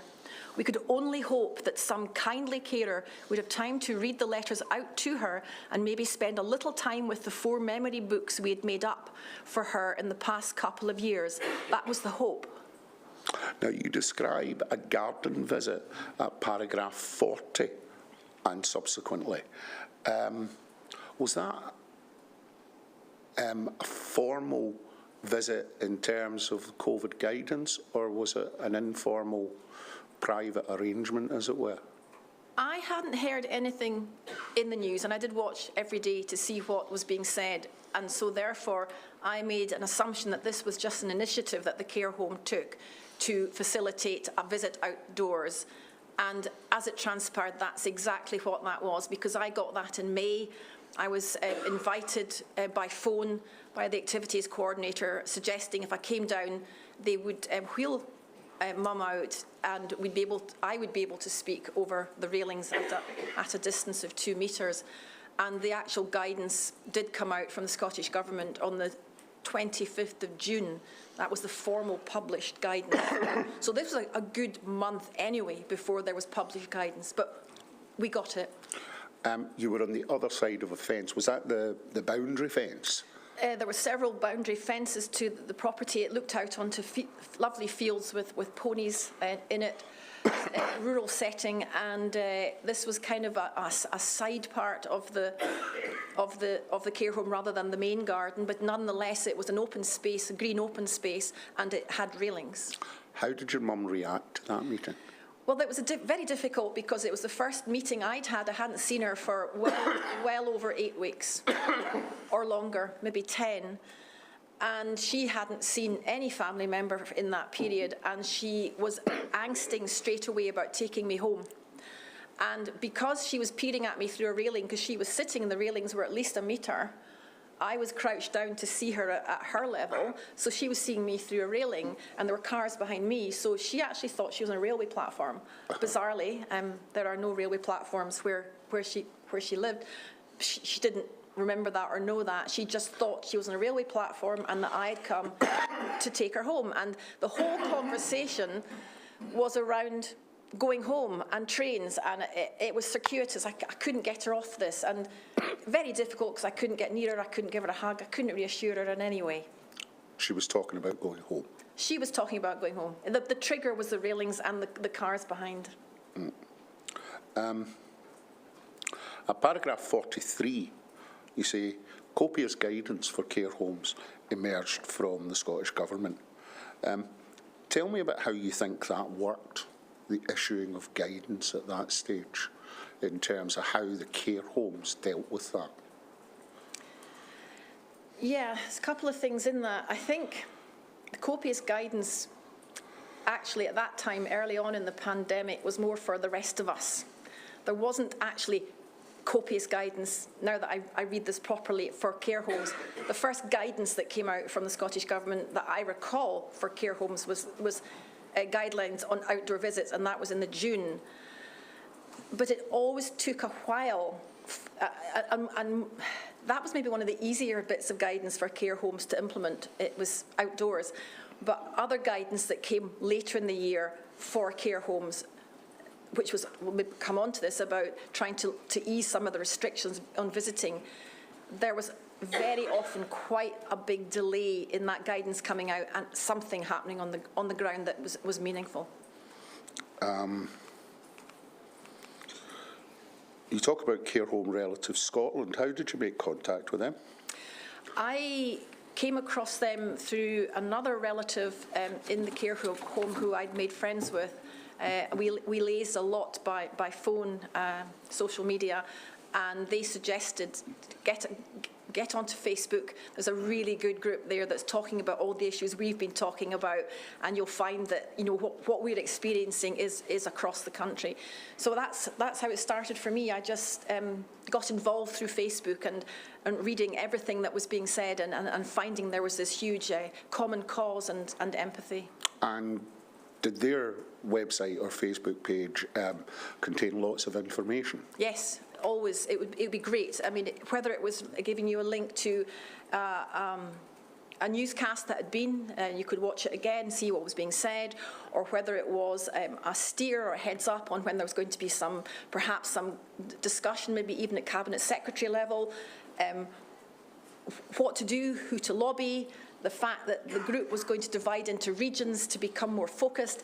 So every step of the way, every day just about, there was something from Care Home Relative Scotland to help guide me to focus my energy into trying to help us, but also to help the wider cause as well. So you were being provided with information by Care Home Relative Scotland. Did you use that information? How did you use that information once you got it? Particularly where we were asked to put pressure, political pressure, to try and effect change. If there was anything, whether it was to sign a petition or to write to an MSP, I would do that, whatever it was asked, and I would use the framework of the focus they were trying to make, which was to get meaningful access and eventually to essential caregiver status. But these were objectives that were very clearly coming out of the campaign group, and if they asked for help to lobby, then I would be doing that. And were you in communication at this stage with the care home?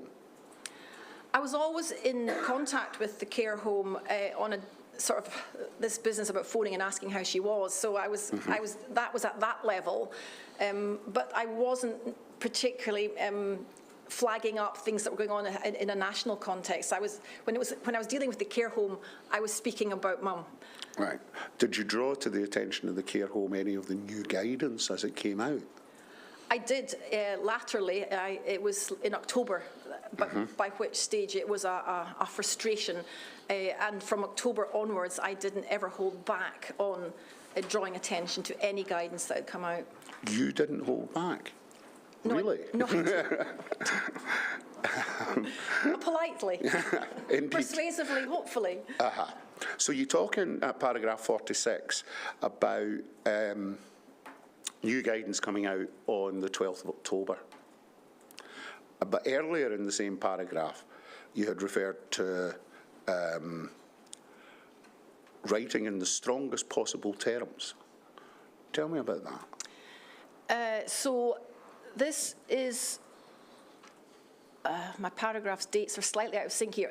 On the 30th of October, that one, I wrote to the manager of the care home, and I copied in senior management, asking when they would implement recently updated Scottish Government guidance. Now, that guidance came out on the 12th of October, and it was to give care home residents more meaningful visits, and the guidance said it would be 4 hours of visiting contact in the resident's room and with touch.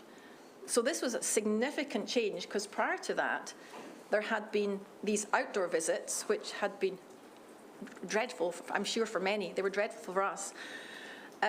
So to get this guidance and to see this guidance was a huge relief. But I went in October. My sister went in very, very early October and had the most distressful indoor visit with our mother in an interview-style room, and she wrote it all down in an email to me to offload. It was appalling, and so it was on the back of that experience that I wrote in very plain and strong terms on the 30th of October to ask when they were going to implement this guidance that was allowing for 4 hours in the resident's room with touch.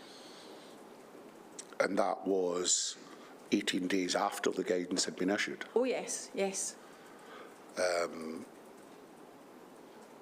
Okay. Did you write to anyone else around the same time? I wrote to my MSP on the 18th of October.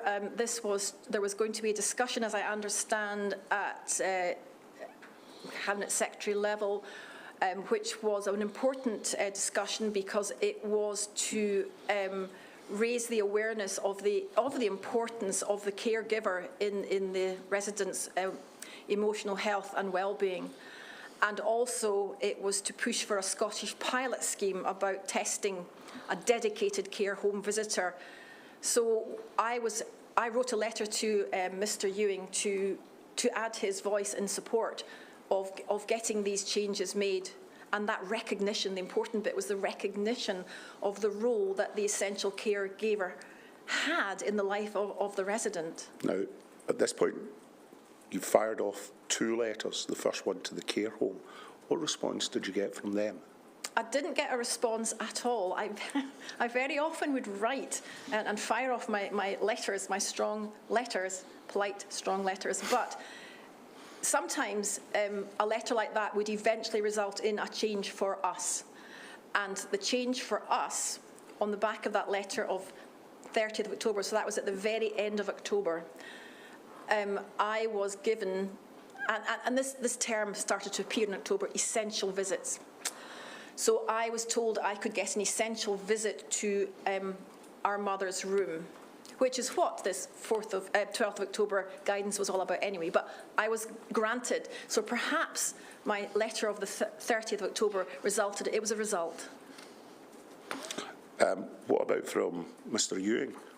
What Yes, response? I got a reply, a polite reply, and very concerned for his constituent and very supportive, and to say that he would be supporting and would raise it. But it was short, and he just referred to another letter, and he let me have a copy of it that had been issued by Cabinet Secretary, but that letter had been written in July, so you get that feeling of, yeah, you know, I've asked you a question now, we're in October, this is urgent, and you're supportive. You've given me a response. The government had been discussing this, had recognised the impact that separation was having on people in care.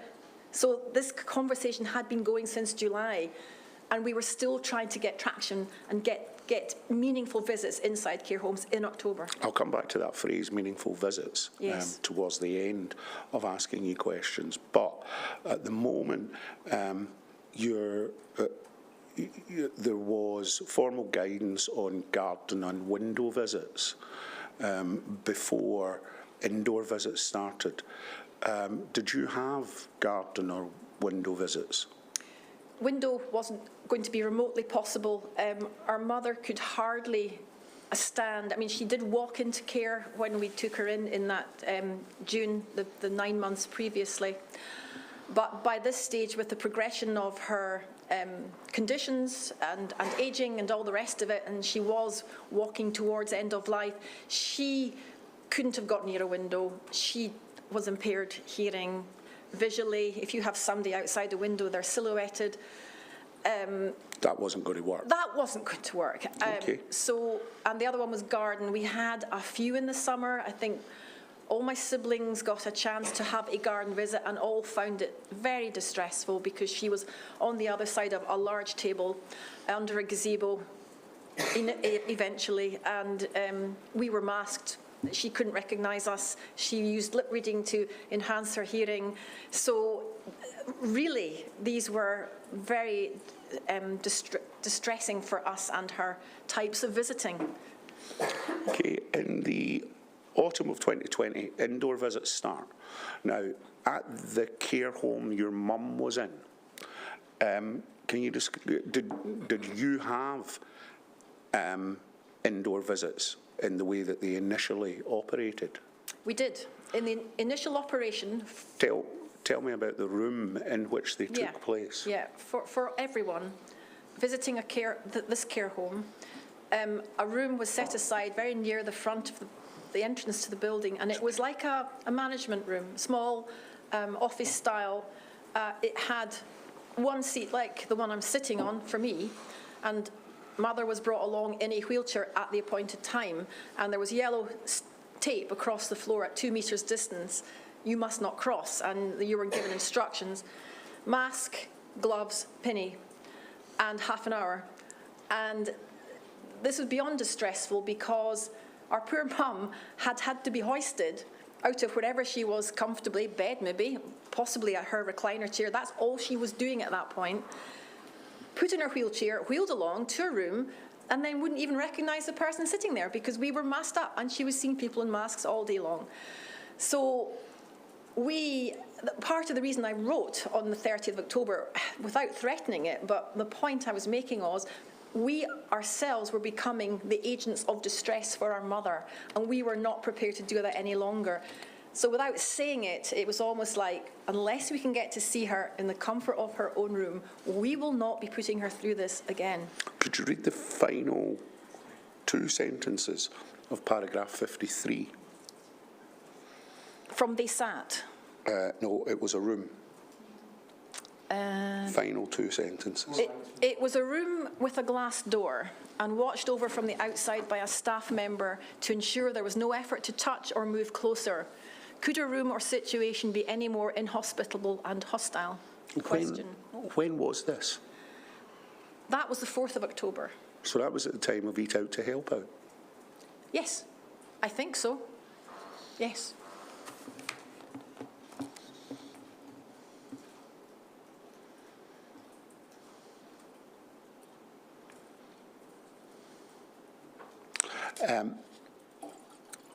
Paragraph 55, what you say there is that any guidance given out by Public Health Scotland was immediately trumped by a single positive COVID result, often from a worker who might have picked it up outside. How did that interfere with building a relationship, rebuilding the relationship between yourselves and your mum? Well, we didn't see her very often because of the cycle of long gaps between it being possible to go in and see her and you're thinking you might get to see, but once a week for an hour, it wasn't giving her the amount of contact she would have needed anyway to retain that, to a meaningful contact. It was all about nurturing her. The whole of her was dependent on a reason to live. And so when we were allowed in and then this would be consistently taken away from us, all that was doing was disrupting an already crumbling relationship we had with her. We were losing it. We were actually losing the relationship with her. But despite all this, she would still recognise us whenever we did manage to get close enough.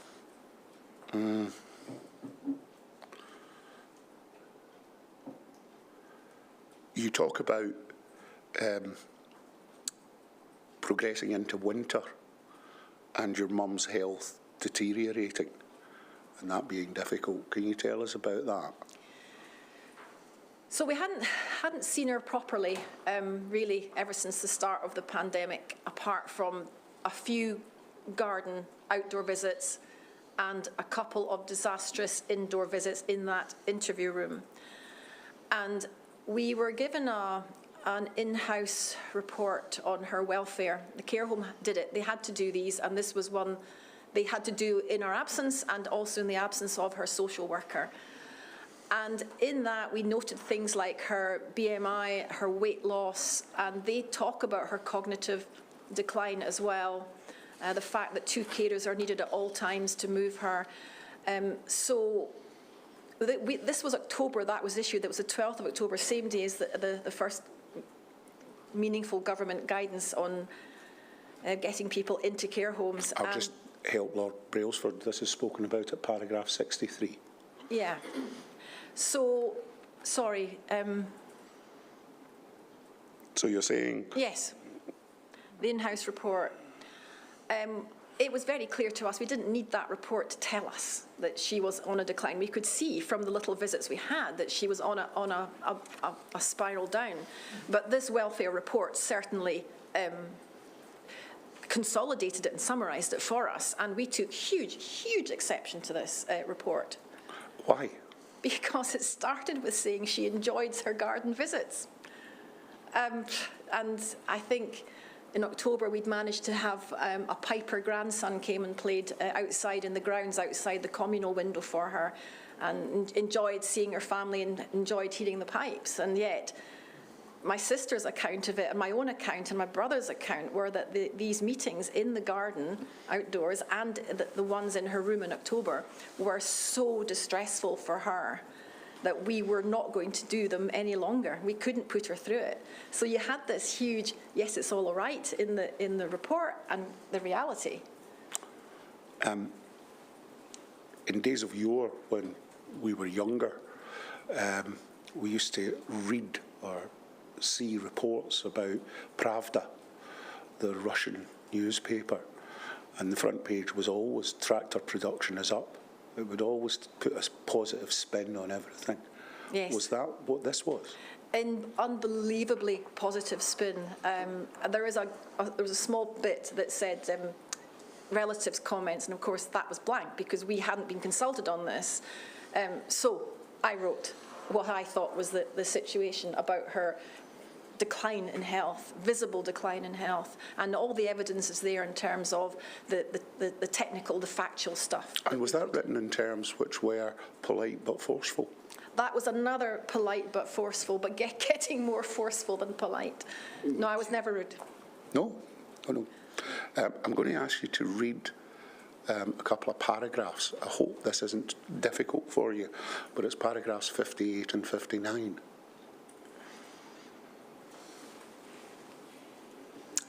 Okay, Christmas Day 2020. We asked if she could be brought in a wheelchair specifically to the large window of the communal area of her wing. The carers obliged and did their best to help her understand who was outside. This was a repeat of an approach that we had trialled in October, with each family member holding a placard with large letters forming their name and held it to our chests. The carers read the names out to her as we approached the glass. We all took turns of coming up to the window in our family groups, and a grandson played some stirring reels on his bagpipes, which she surely heard. The great-grandchildren danced. I pressed my face close to the window. I saw her tear-stained face, and I could see her raise a finger and point, weeping and saying to the carer inside, "That's my family." It continues. Our time was up. We had to leave the grounds after a bit. We didn't get inside on this, her last ever Christmas. We had opted to all be there and to try to be with her from the outside. It was harrowing to see her like this, separated by glass from her loved ones. No possibility to speak or hug. Was this a better option for her than seeing just one of us indoors? We will never know. It was probably marginally better for us all to be together, seeing her from the outside. But it was nonetheless a very emotional day. Yes. I think we can understand that. At paragraph 62, you talk about the downward spiral of your mother's health. And you say at the end of paragraph 62, we firmly believe lack of meaningful contact with our loved ones was having a profound effect on Mum's mental and physical health and well-being. Tell us about that.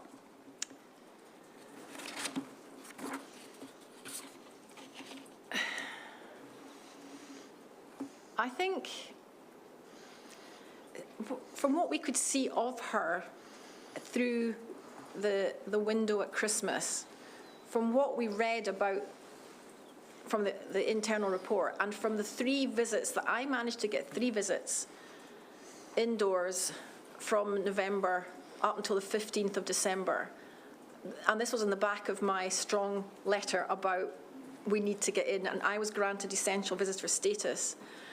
So how did you find out about essential visitor status? I only heard of it through Care Home Relatives Scotland. This, again, was another the fountain of all good information for us to actually use as a tool to try and make the case we needed to make with our care home. And you didn't get it from the care home? No. And you didn't get it from the Scottish Government? I think eventually you're hearing words through Scottish Government guidelines, but maybe not until about the February of 2021. But back in October, after the guidance came out saying we should get more meaningful visits of 4 hours with touch, and I pressed to get in, and I used the words because I'd picked it up from somebody else, and somebody else had heard it from Care Home Relatives Scotland, I heard it too. I used that term almost as if it was a right for us, or for her actually, to have a relative going in with an essential visit. So I had 3 essential visits, if you like, sometime in November to about the 15th of December, but only 3, and it was just once a week, which really was not ever going to be sufficient for our mother. And were they timed? I mean, were you told start at 2? Yes, it was an appointed time and for an hour, which again wasn't helpful. And I wrote at another point to say, look, great, thank you so much for allowing this, always very positive. Thank your staff for how much they've helped to facilitate this, but, and the but was, you know, the time of day that I was appointed to go might not have been a good time for her. Tell me about that. So she might have been asleep and very asleep by this stage, semi-conscious, that kind of deep sleep. So if I was to go in and see her, she might not have been all that alert or awake.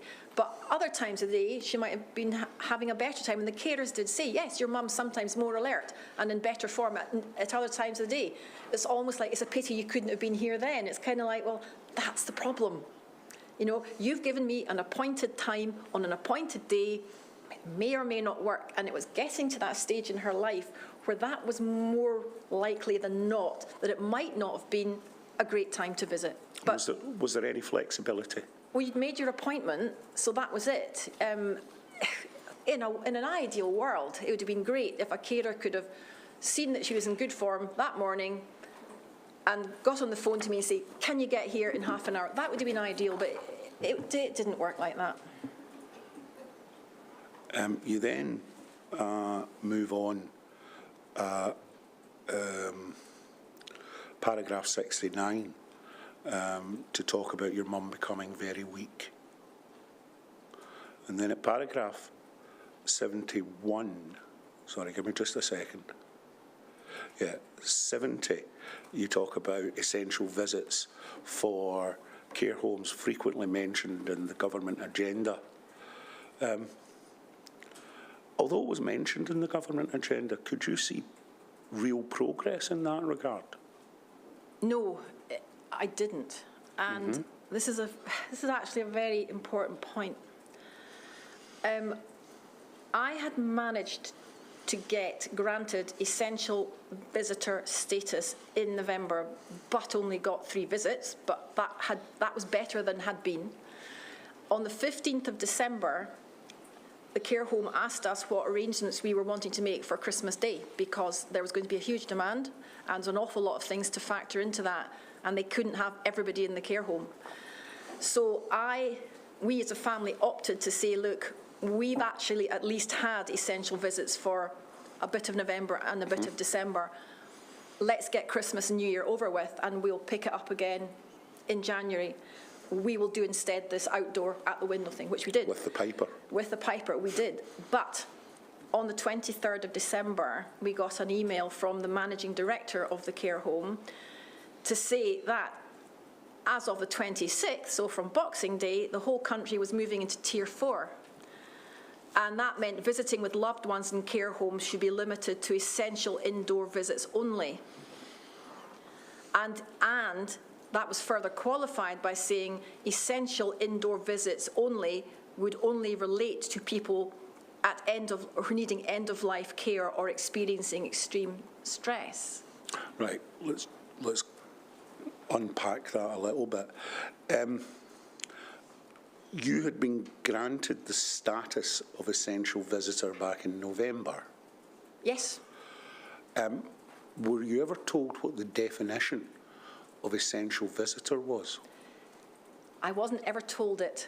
I think my own understanding was that everybody was getting or trying to get an indoor visit, and that was generally in this interview room.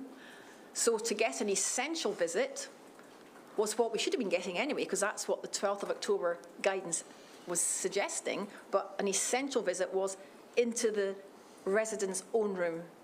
And it was time limited, and it was all caveated with all the usual stuff around PPE and not hugging.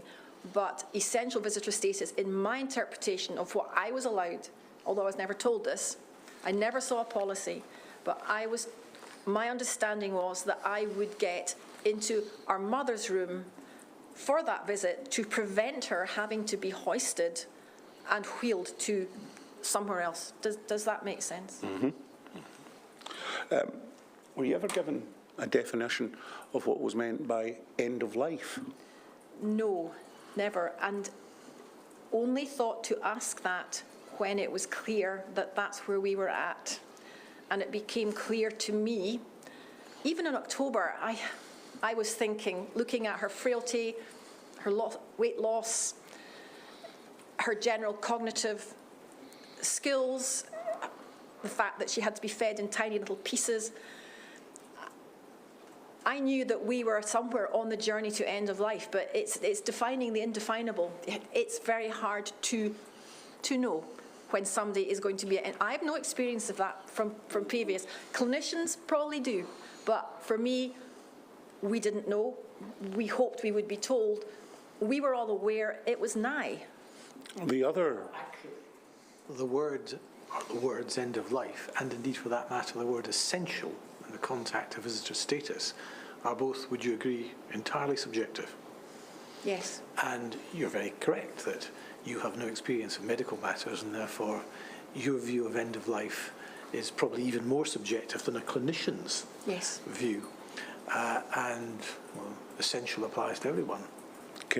You would have thought that it would have been helpful if an attempt had been made to define these terms. Now, I fully accept that an attempt to define those terms is itself wrought with difficulties, one that I might unfortunately have to wrestle with in a period of time after I've heard all this evidence. But do you agree that the subjective nature of the terms makes it probably desirable that some effort should have been made to define them in a way that at least would have been consistent? I would have so welcomed that, and I did ask actually several times once we got into January, because I saw that end of life was almost a qualifier for getting essential visitor status. The other qualifier for getting that status was extreme distress. Yes. Was that defined as far as you were aware? Not to me, and I was aware of that with another resident actually, and I was aware that they got essential visits on the basis of extreme distress, and our mother was not in that category of extreme distress. She would have been in extreme distress when hoisted, and that then put her into a frame of mind and disposition that we could not have a meaningful engagement with her no matter. But she wasn't frequently experiencing, as far as we know, that the sort of distress one might imagine that refers to. Arising from what Lord Brailsford has asked you, that's another subjective term. Yes. Except it wouldn't be a subjective term if someone had defined it. Well, it might remain subjective, but at least there would be a basis specified by someone who had authority to make such a definition, and that would have been and I think, to be fair, you're saying that would have been some assistance. It would have helped. You might have cavilled against the definition. Yes. Theoretically, you would have had a chance to challenge that, perhaps. But nevertheless, it would have been something. Yes, and there was nothing. Yeah. And the other group that it would have helped were care homes. Yes. Yeah. Yes. Because they presumably were struggling with those definitions as well. Yes.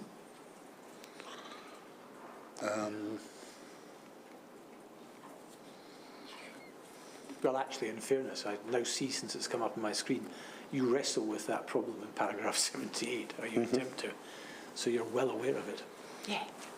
And I see also you draw my attention to a number of other highly subjective statements, extenuating circumstances and so forth. It's all entirely subjective.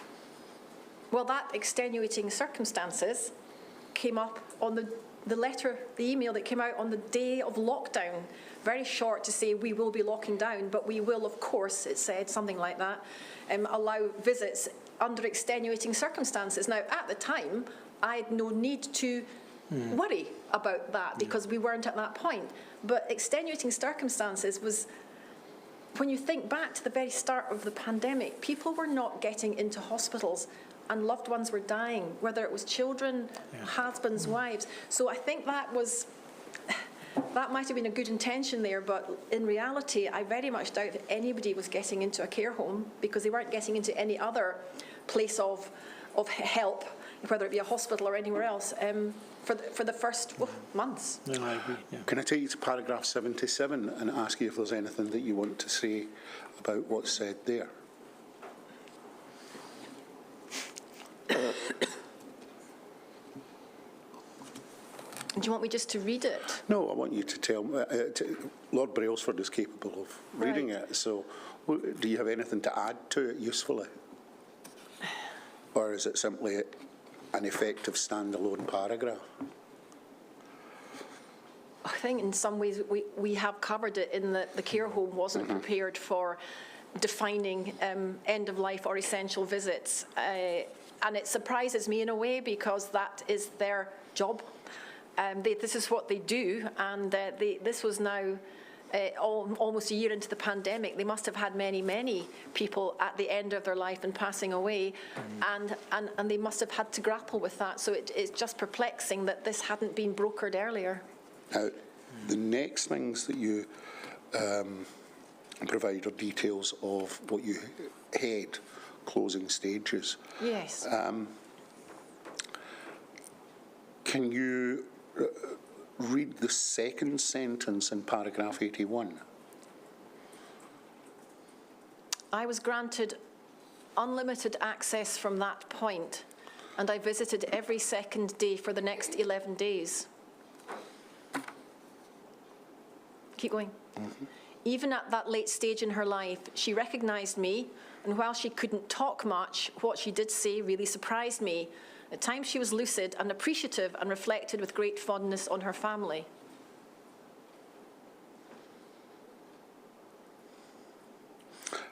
Any other relatives visiting at this point? No, it was me.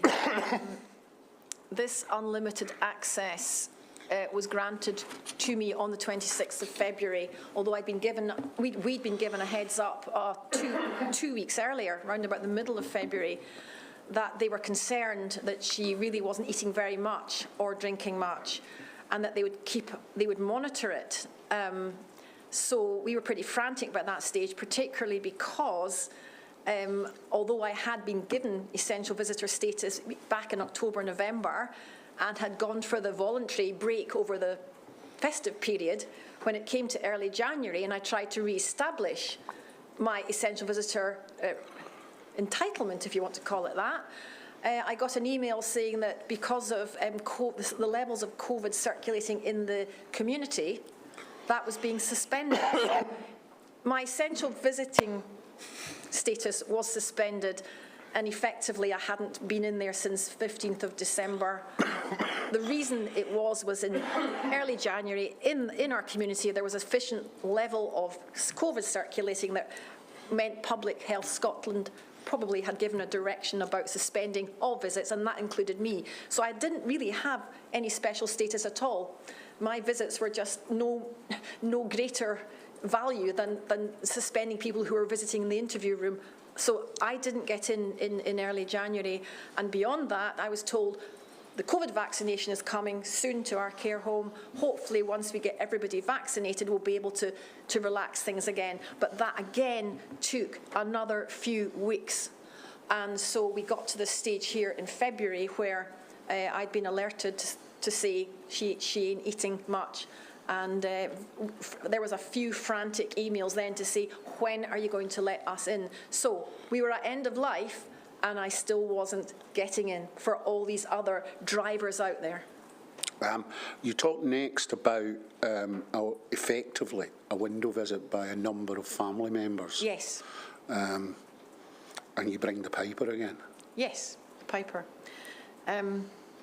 you want me to read anything there? Or Well, just give us a summary of it. What happened? So it was the 19th of March, and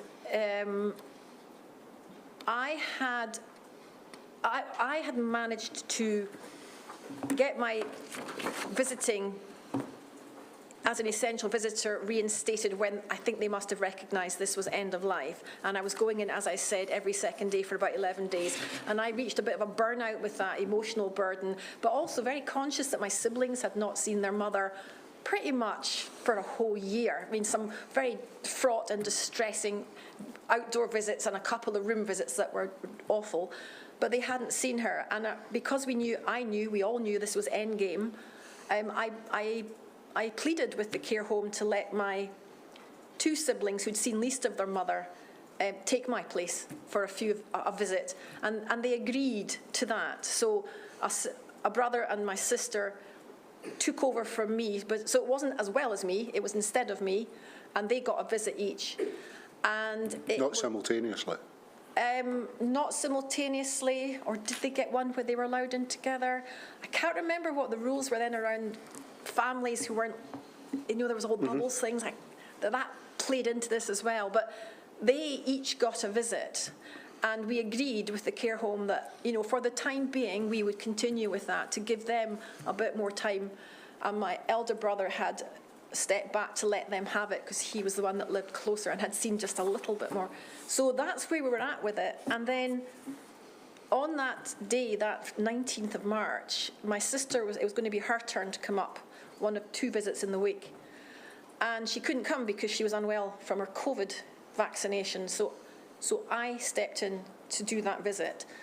And I'd arranged for one of the grandson pipers to come and play it again at the window like we'd done before, which was all organised and agreed and set up.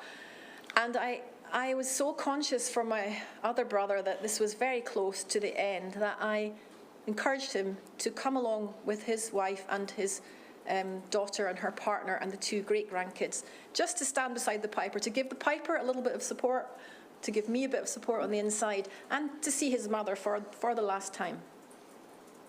And what time of day did that happen? 2 o'clock in the afternoon. When did your mum die? Well, she died on the Monday, but when we were outside her room, the piper started, somebody from the care home came in and told me that these people hadn't been authorised to be at the window. So I was asked, the window open? No, she was lying in her bed well away from the window, and she was dying at this stage.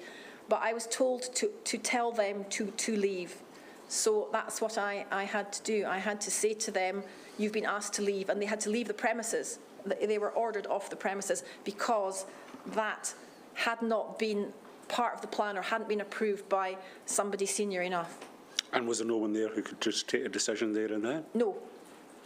The manager of the care home didn't work on a Friday, so the person who was left to assess what was going on here, all they saw was, this hasn't been approved, these people have to go, they're not authorised to be here.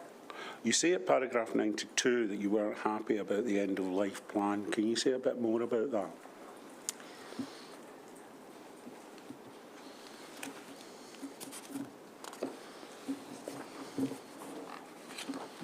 Sorry, I'm not quite sure what you're asking me to... Sorry. Okay, that's fine. Let's move on to paragraph,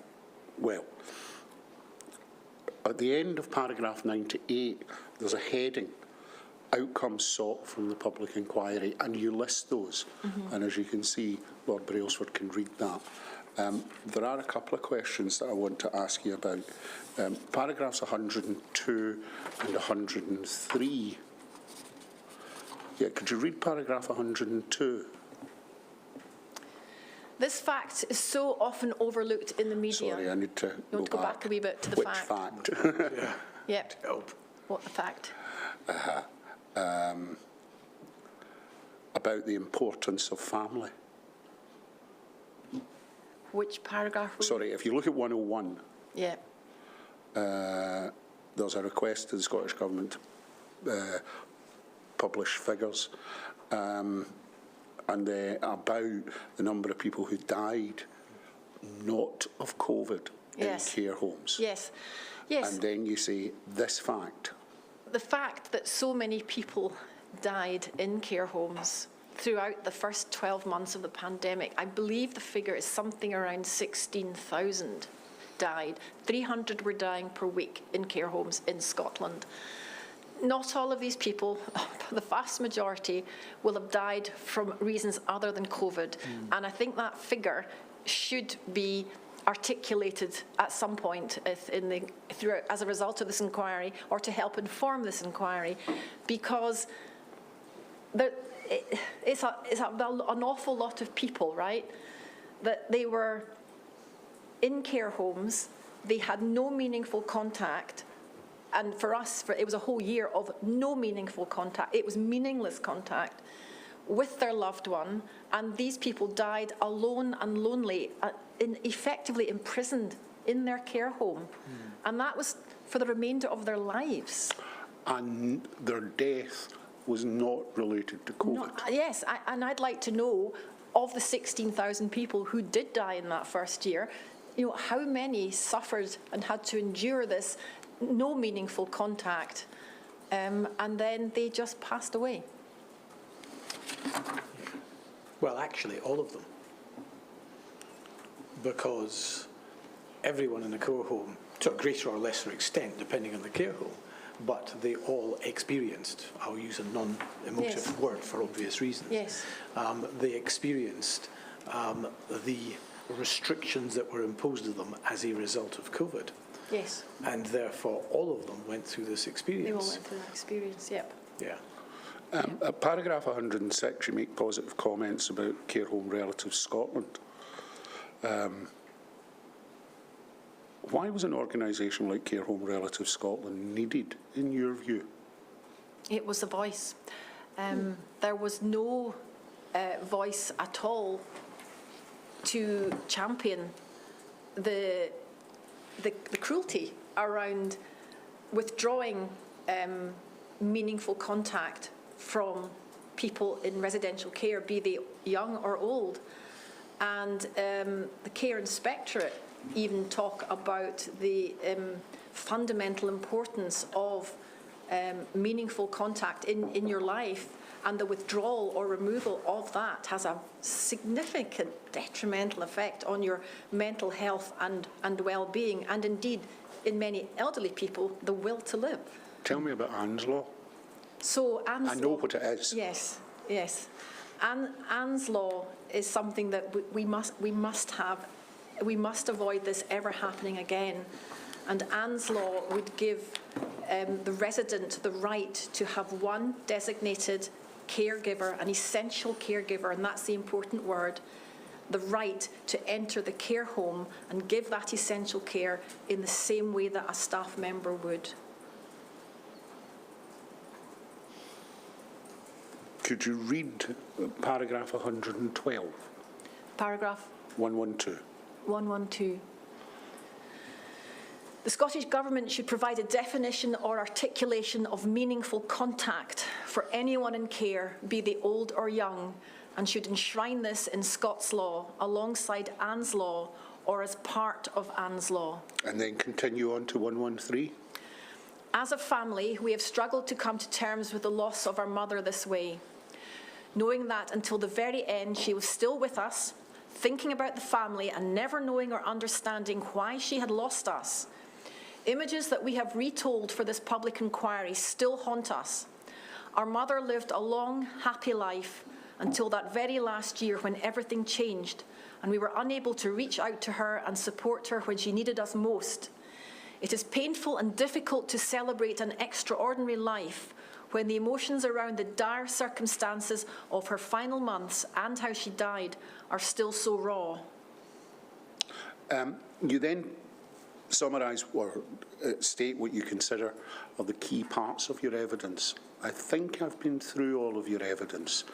Can I ask you to look at certain of those paragraphs in particular? 118.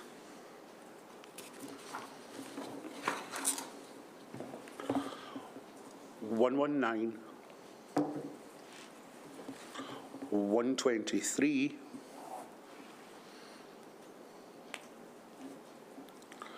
124 and 25 together, and then 126. Can we scroll back down and can Yeah. I read? Because that's him, right? And I can read and discuss. 118 first. Yeah, we'll go back through that. 118. Right. Yeah, this is a point that I really want to come across loud and clear. It's about meaningless contact. So the combined impact of isolation from family and meaningless contact sped up cognitive decline, which contributed significantly to deterioration in both physical and emotional health and well-being.